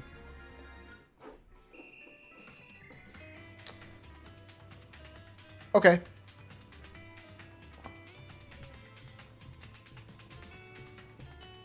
My wife hates this character. I think it's fine to start her out in a C. I'm going to say I've got a really strong personal connection to Isabelle, even though I don't play Animal Crossing games, because I watched my wife play this game so much, and I don't know why. I don't know that. I know that Isabelle has like an administrative role in that game. Like you have to buy stuff from her, but my wife hated Isabelle. I feel like every time I walked out to the living room, she's like grumbling about it's like Isabelle wants these bells for some, I don't know, but it amused me. So I'm gonna say I've got a stronger personal connection to Isabelle than I do the villager. Is any of the stuff in Smash Isabelle's though, or is it all just kind of generic Animal Crossing stuff? Tortimer Island, if my research is correct, and I didn't do more than like 65 seconds of research, but I think Tortimer Island is where this music is from, and it's the first game that Isabelle was in. So Tortimer Island is technically her stage. That's probably fair. Back of A tier. But okay, yeah, she landing above Villager on the list. Their movesets are actually a little more different than most of the related characters, I feel like. We have another Flavor of the Month Pokemon, but Incineroar's moveset actually is a lot of fun. But I don't care about his Pokemon game at all. And he doesn't have his own level or anything, does he? Again, he's just like a representation of and Incineroar and not like his own man. So he's going to land... You know, him landing down here with Pikachu is probably very, very appropriate. I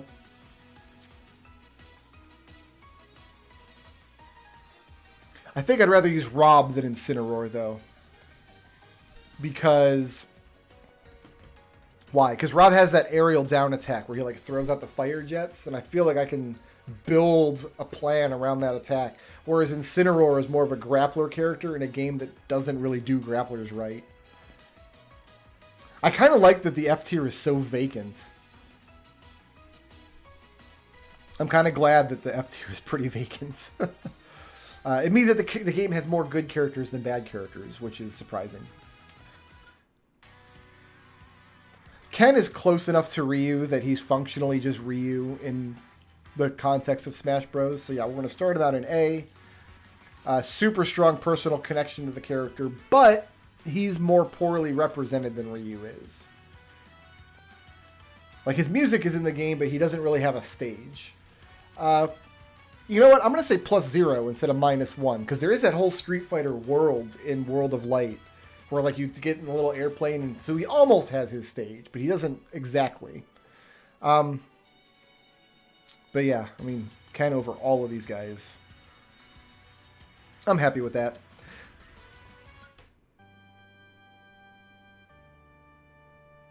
They're going to keep clogging up the B tier. It's going to happen the same exact way. Okay. Simon. Just like Mega Man and Snake, I cannot wrap my head around Simon's moveset. Because when I'm playing a Castlevania character, I want to use up plus attack to do my specials. Well, in this game, that's only one of your specials, and your other specials are all on different buttons. It throws me off.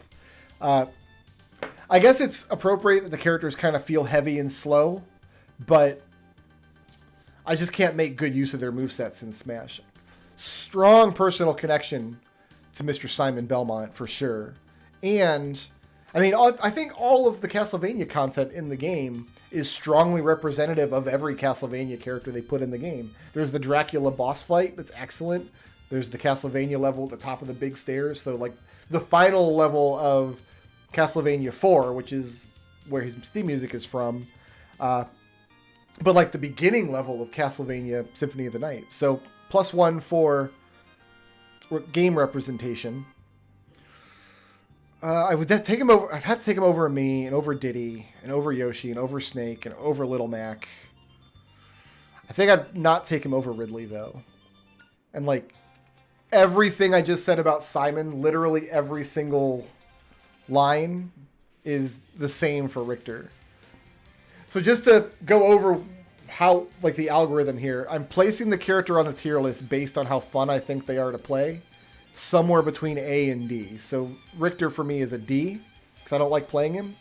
But then I'm modifying that based on how much I just like the character in general and how connected I am with them as a player over the years. And then modifying it again based on how well they're represented in the game of Smash. So Simon started out as a D and then got both pluses. And then Richter also starts out as a D and gets both pluses. And for all the exact same reason. There's not really a reason to pick one over the other in a Smashdown, but I would pick Simon because I like him better. He's just the cooler character. So yeah, again, I'll reiterate that I don't play this game competitively. I don't really play multiplayer at all. For me, Smash is almost entirely a single-player game. So this tier list is completely meaningless and has no value to anyone. So now we're into the DLC characters in Ultimate. Even though I don't play the game online, even though I don't play competitively, even though I don't really play the game much at all, I did buy all the DLC because I make poor decisions. Piranha Plant's a great character. Oh man, I was expecting this character to really suck, but when I picked Piranha Plant off the menu, just like the whole moveset feels pretty good. It didn't click immediately with me, but I like it. I like the grow move it's got to like bite people in the butt if they try to jump over you. It can spit spike balls out. He's got like the whirlwind razor leaf jumping attack. It's really fun character. Just really feels like a lot of fun to use. I've cleared some arcade modes with it. I almost feel like Piranha Plant is similar to Wii Fit Trainer in that regard. Like, okay, we're going to have like a generic Mario enemy in the game. Should we have a Goomba, or should we have a Koopa Troopa, or like a Hammer Brother? Like, what should we do? And there was a big discussion, because no matter which one they pick, like, a bunch of the fans are going to be upset. Like, why did they pick Green Koopa Troopa? Why didn't they pick Hammer Brother? Or, like, some... I don't know. But then someone's like, you know what? Instead of, like, trying to make the fandom happy, let's pick the one character that none of them would see coming. Like, what's the one Mario enemy that doesn't move in a game where movement is super important? Piranha Plant. So, very clearly have a strong personal connection to the Piranha Plant. It's in every single Mario game.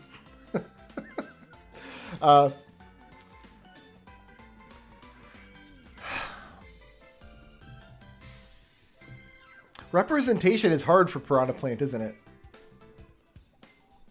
There is a Mario 3 level stage in the game, and there is a Mario World stage in the game. And there are Piranha Plants in all those stages. You know what? I'm going to say that counts. I would take Piranha Plant over probably Game & Watch. I'm happy that happened. Moving on. So, I played Smash.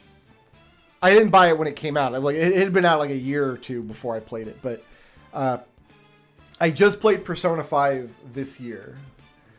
So this is going to be very different from what I would have said about this character before I played Persona 5. I think Joker's moveset is fine.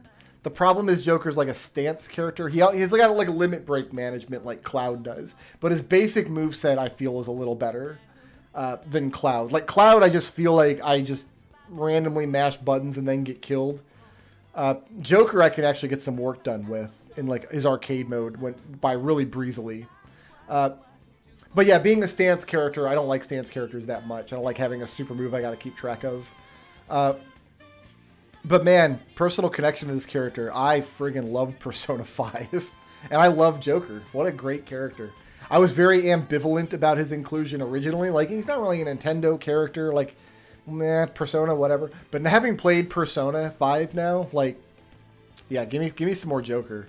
And his stage is awesome. Not only is his stage awesome, but the all-out attack slides when he finishes a battle with his Smash Ball attack, I think is terrific. That's a wonderful inclusion into the game, and it shows that whoever designed Joker's character viability was really paying attention to what fans of the Persona series were going to want to see in this game, which is a stark contrast to like when they designed Snake, for example. I'm not very familiar with Joker's moveset, but I don't feel like I would accidentally kill myself with Joker like I would with Sonic. So, all right. I broke a personal rule for myself. I made all these images. I got all the assets, and I'm like, I'm just going to do whatever the base character's design is. Like, whatever the default is. And then I got to Hero, and I'm like, nope, I can't do it. I have to go with the DQ4 Hero. Hero's moveset, I think, is really good. I play the DQ4 Hero exclusively to all... Like, it's... Usually when I play Smash, I play the default character. The Dragon Quest Hero was the only one I'll switch to, like, a different... No, that's not true. When I play Bowser Jr., I'll switch him to Roy instead. But yeah, I think the moveset is really good. A lot of design went into it. There is resource management, which is... It would be an A moveset for me because I think it's just a lot of fun to play. But the resource management, keeping track of his MP levels and stuff, make it more complicated than it needs to be. I actually really like the spell selection and stuff. That's all fine. I loved how much butthurt there was about this character when he came out. Like, all these tournament players wanted to ban the character for, like, just a long list of dumb reasons. Lots of people were really upset about this character and how it was implemented. And I'm always happy when Smash players are upset. It just makes me happy to know that they're unhappy. So, personal connection. Like, I don't like Dragon Quest games, but I do like Dragon Quest IV. It's the only game in that series that I love, and I love it a lot. So it would be a +1, except I always play the female hero from Dragon Quest IV because she has a hilarious green afro. And you can't play as the female hero in Ultimate. You have to play as the male hero. So +1, then -1 for personal connection. So he's staying put here. And you know what? Representation, same thing. You've got the Dragon Quest IV battle music, but there's no Dragon Quest IV stage. There's only I think there's a Dragon Quest XI stage. I understand why. Like, it's easy. Well, not easy, but it's easier to have, like, a different character model representing the character from different games in the series than there is to design an entire stage with skins over it from different games from the series. Like, one of those things is kind of reasonable to expect, and one of them is not. But even though it's unreasonable to expect, it's still something that I would have liked to see. So, Hero started out in B and is going to end in B. Because I don't recognize all the other heroes. I recognize only the Dragon Quest IV hero.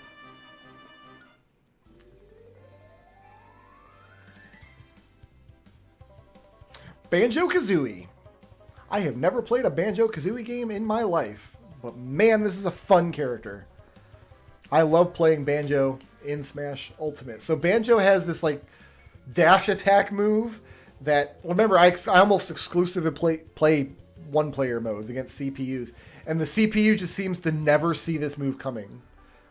This dash attack move. And it's limited. You can use it like 2 or 3 times per life, per stock. And whenever you lose a stock, it recharges when you come back on the stage. But yeah, even the normal moveset feels good.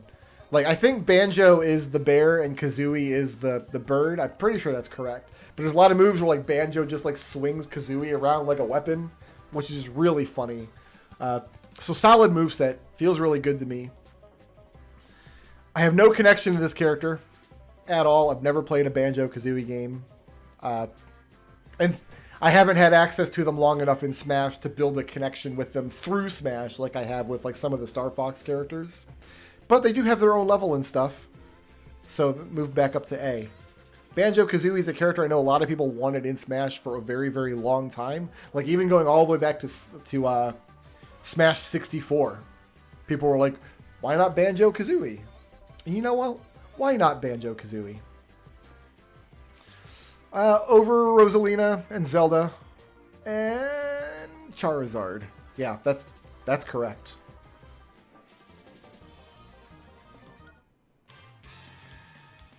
Terry Bogard. I mean, his moveset's fine. He's pretty strong. Like, I couldn't tell you what any of his moves are just sitting here trying to think of them. But if I was playing the game and I had the controller in my hand, I would very quickly discover his moves, if that makes sense. Because he's like a classic fighting game character.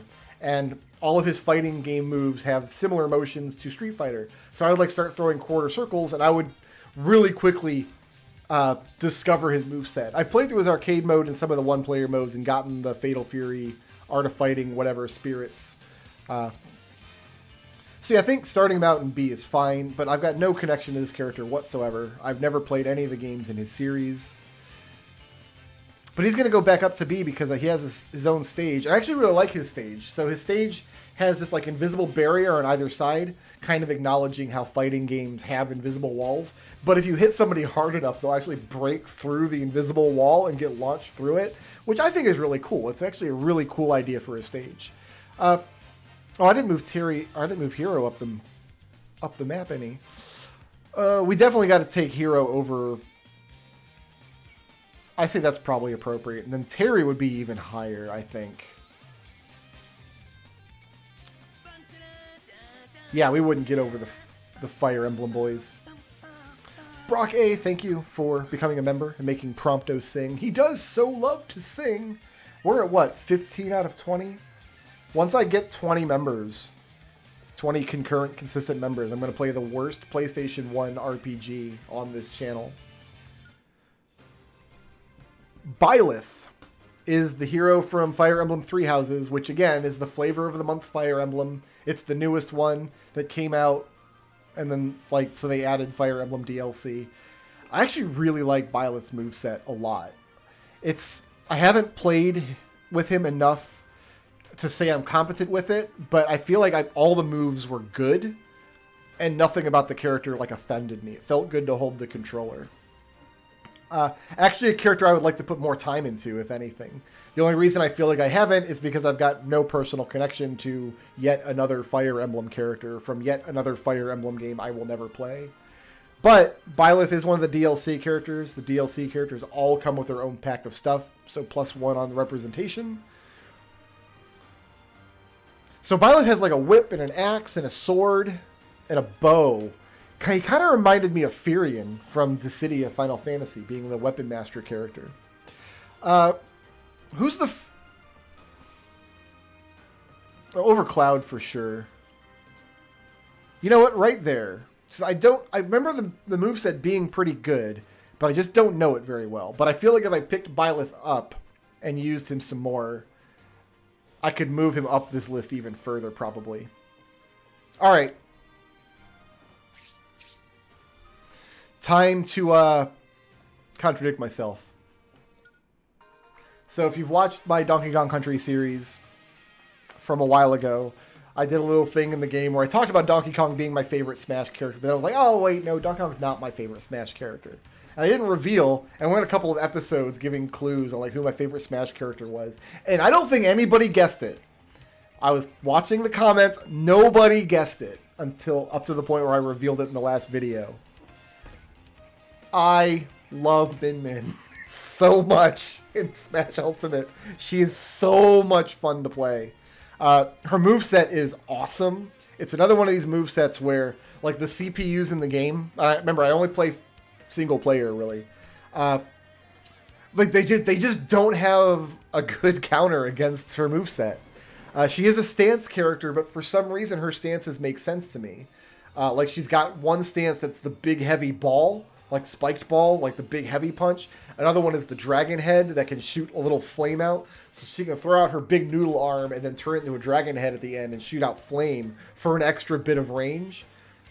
And then the other one's like a frisbee that's like weaker but faster and can be angled differently up and down. So yeah, really a unique character too, which is something that I couldn't say about a lot of Smash characters. A lot of these characters, they just feel like, all right, which of the 30 or 40 like basic Smash moves, like we have to pick like 8 to give this character. Drill kick, charge shot, reflector, okay, they're done. Min Min feels like a completely unique character built from the ground up, to the point like her A and B button attacks, the kind of conceit of Smash Brothers is the A and B button attacks are normals and specials. Min Min, like, they're all specials all the time. Like, her whole moveset is her special. So yeah, super unique character. I would say I've got no personal connection to this character because...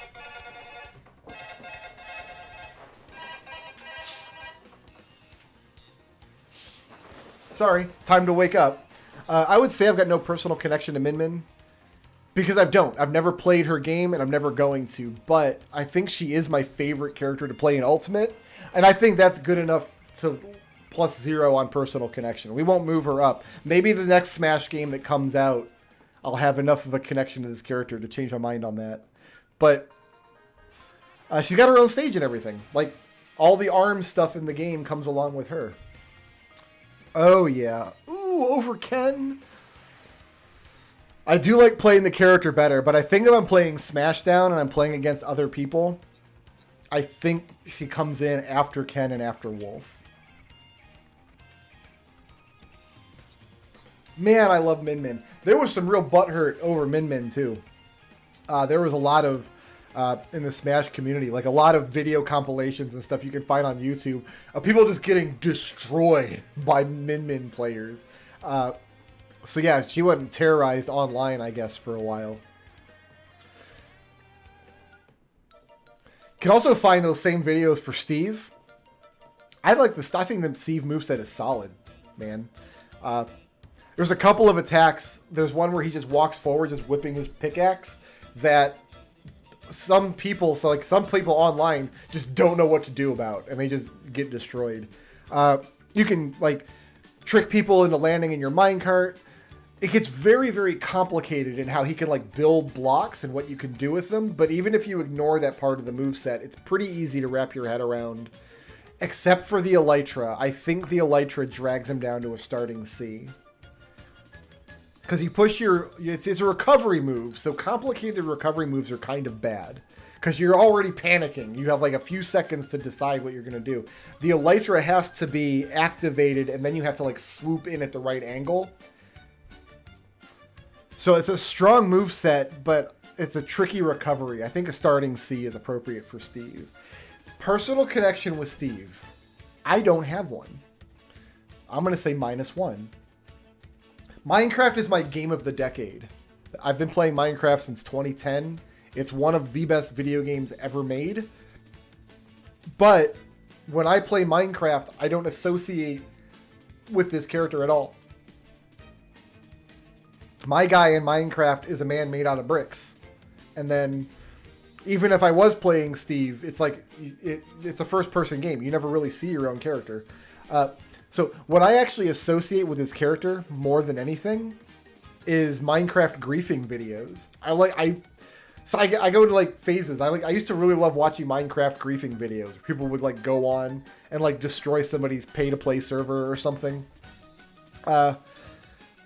But these people, like, they're used to their accounts getting banned by these servers, so they would have, like, a bunch of dummy accounts, and the dummy accounts would all have just a generic Steve avatar. Because why would you use, like, a real avatar or real character skin on an account that's just going to get banned from the server anyway?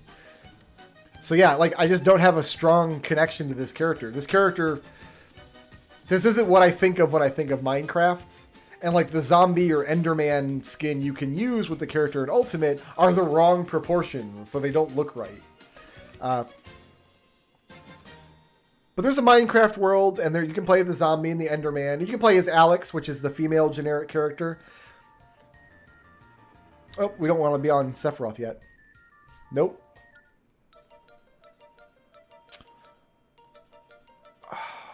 I'm going to say Steve over Villager is probably appropriate in a Smashdown. Yeah. Again, this is a character that I actually think it's a great inclusion into Smash. I really do. It's not a character that I associate strongly with Nintendo, but a lot of people only play Minecraft on their Nintendos. So I remember there being some people that were upset about this character's inclusion. Again, they probably wanted their like next favorite Fire Emblem guy or whatever, but no, I think Steve deserves a place at the table. C feels low to me, but I don't know what to do about that. Like, what other Minecraft character could you include that would be... It's just not the kind of game I strongly associate with any particular character. Steve just happens to be the generic skin that Notch drew to go on the blocks. All right.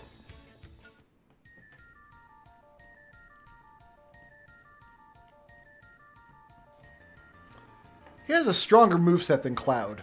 I'd rather play Sephiroth than Cloud. So he's got like what? He's got that the charge flare move.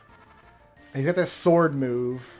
And then his recovery is like the black wing that pops out. I actually think Sephiroth is a very generically implemented character.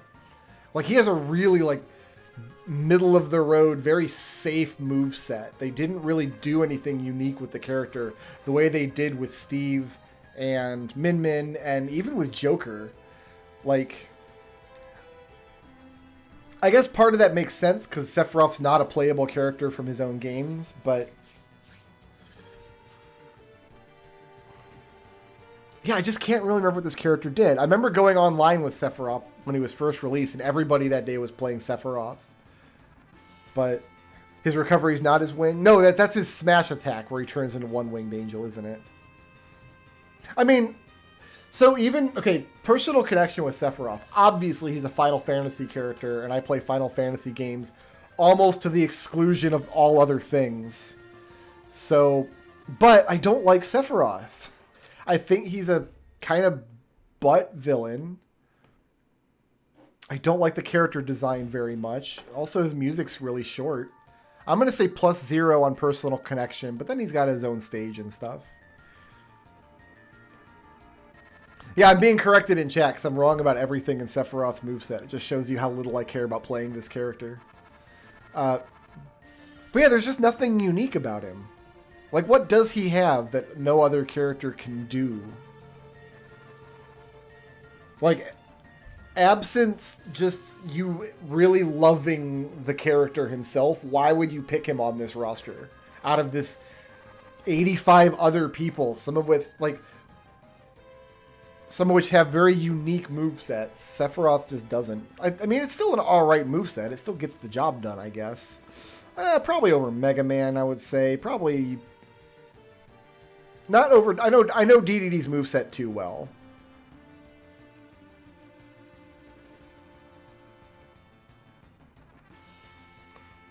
Yeah, but if I'm like, even if I just want somebody with a sword, there are characters in this game that have a sword and lots of other tools. Or a sword and a much more fun moveset. Or a sword and they're not Sephiroth, so I don't have to play as Sephiroth. I know absolutely nothing about Pyrrha and Mithra. I played them a little bit, so maybe a couple of hours, enough to clear like arcade mode and get their spirits and stuff. They're a stance character. Like you transform between the two sisters. So what they said was not possible anymore for Zelda and Sheik. They just do with this character instead. So she's like kind of the new Zelda and Sheik. So one of them is fire and one of them is wind. Like one of them has like red fire moves and one of them has like green wind moves. I think if I was going to pick this character up seriously, I would just pick one and not play the other one. Like pick one of the two sisters.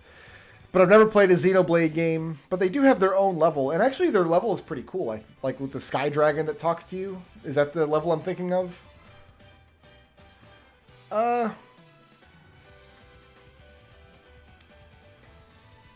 Probably Cloud. Yeah, because like from Cloud on in B tier here are movesets that I'm just really bad with. I don't think I'd be really bad with her moveset. I think if I cared about this character and I picked her off the roster, I might be able to get some work done. Let's talk about another character that I just don't care about at all. I don't know who Tekken Guy is. I cleared his content, I got his spirits, and I did arcade mode and stuff, but like, it was fine. It felt like a decent fighting game moveset. It felt very, very complicated compared to Ryu and Terry, though. He has a much bigger list of moves to keep track of. In fact, I'm going to start him in C for that reason. And then he's going to get bumped down to F because I've never played a Tekken game. In fact, I'm not even 100% certain I know this character's name. Kazuma? Kazuma Tetsuya? He has his own level and stuff, I guess. Does he? Is the Tekken level they included in the game Kazuma's level? I don't even know. We'll leave him in D tier. We'll give him the benefit of the doubt and leave him in D tier. I actually haven't completed any of Sora's content yet. So I hate Kingdom Hearts. His moveset felt fine when I played it. Like, I think I could get used to it. But I haven't actually gone in and completed his content and got any of the spirits or anything yet. So my personal connection with this character is that I hate his series, and I kind of think the character is obnoxious. I really, really, really wanted to like Kingdom Hearts when it came out. You guys have no idea. That game came out 2003 or 4 or so, thereabouts, in the PS2 era. I was a huge Disney fan. I love Disney movies growing up. I still do.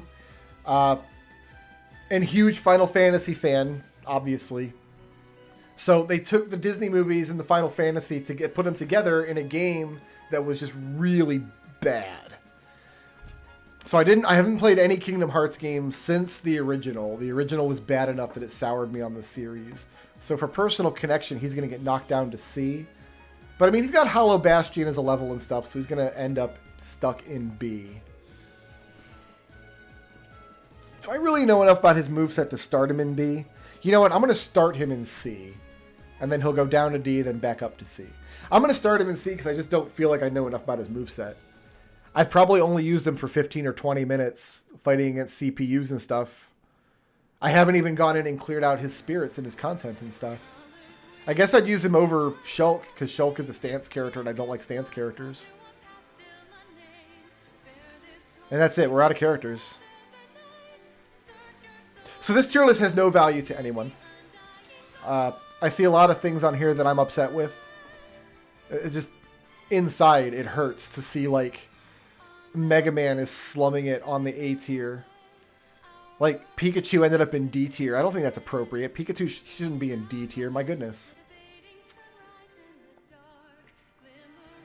I'm happy with these top two. I think the top two tiers, the S tiers, all of these are characters that I love to play, and they're all characters that I just enjoy. They're like their design or like... and I think the rest is just trivia. Because how many characters do you really need, right? Like in a Smashdown, this gives me like 15 characters. By that point, there's going to be a winner to the Smashdown, right? So... That's right. It's the perfect tier list to make everybody upset, regardless of what they like and what they don't. I think the very top of the tier list is fine, and the rest is just whatever. Like, who cares? It's very clear that I have a bias against Fire Emblem and against Pokemon. Y'all can leave me mean comments. You're biased against Pokemon Brick Road. Lucario's triple S tier. Sure he is. So Smashdown is my favorite mode in the game, and like these are the characters that I would run to in Smashdown as early as I could. There are fewer Fs than I thought. No, I'm fewer Fs than I thought. All right, well, I've been doing this for like 3 hours, and I think we can all agree this was a big waste of time. I'm glad you all stopped by to watch the tier list and enjoy it. And if you're watching it after the fact, I mean, all you can do is sit there and be mad about it and enjoy this song. That's it for me, guys. Thanks so much for watching. Peace out. Sleep well.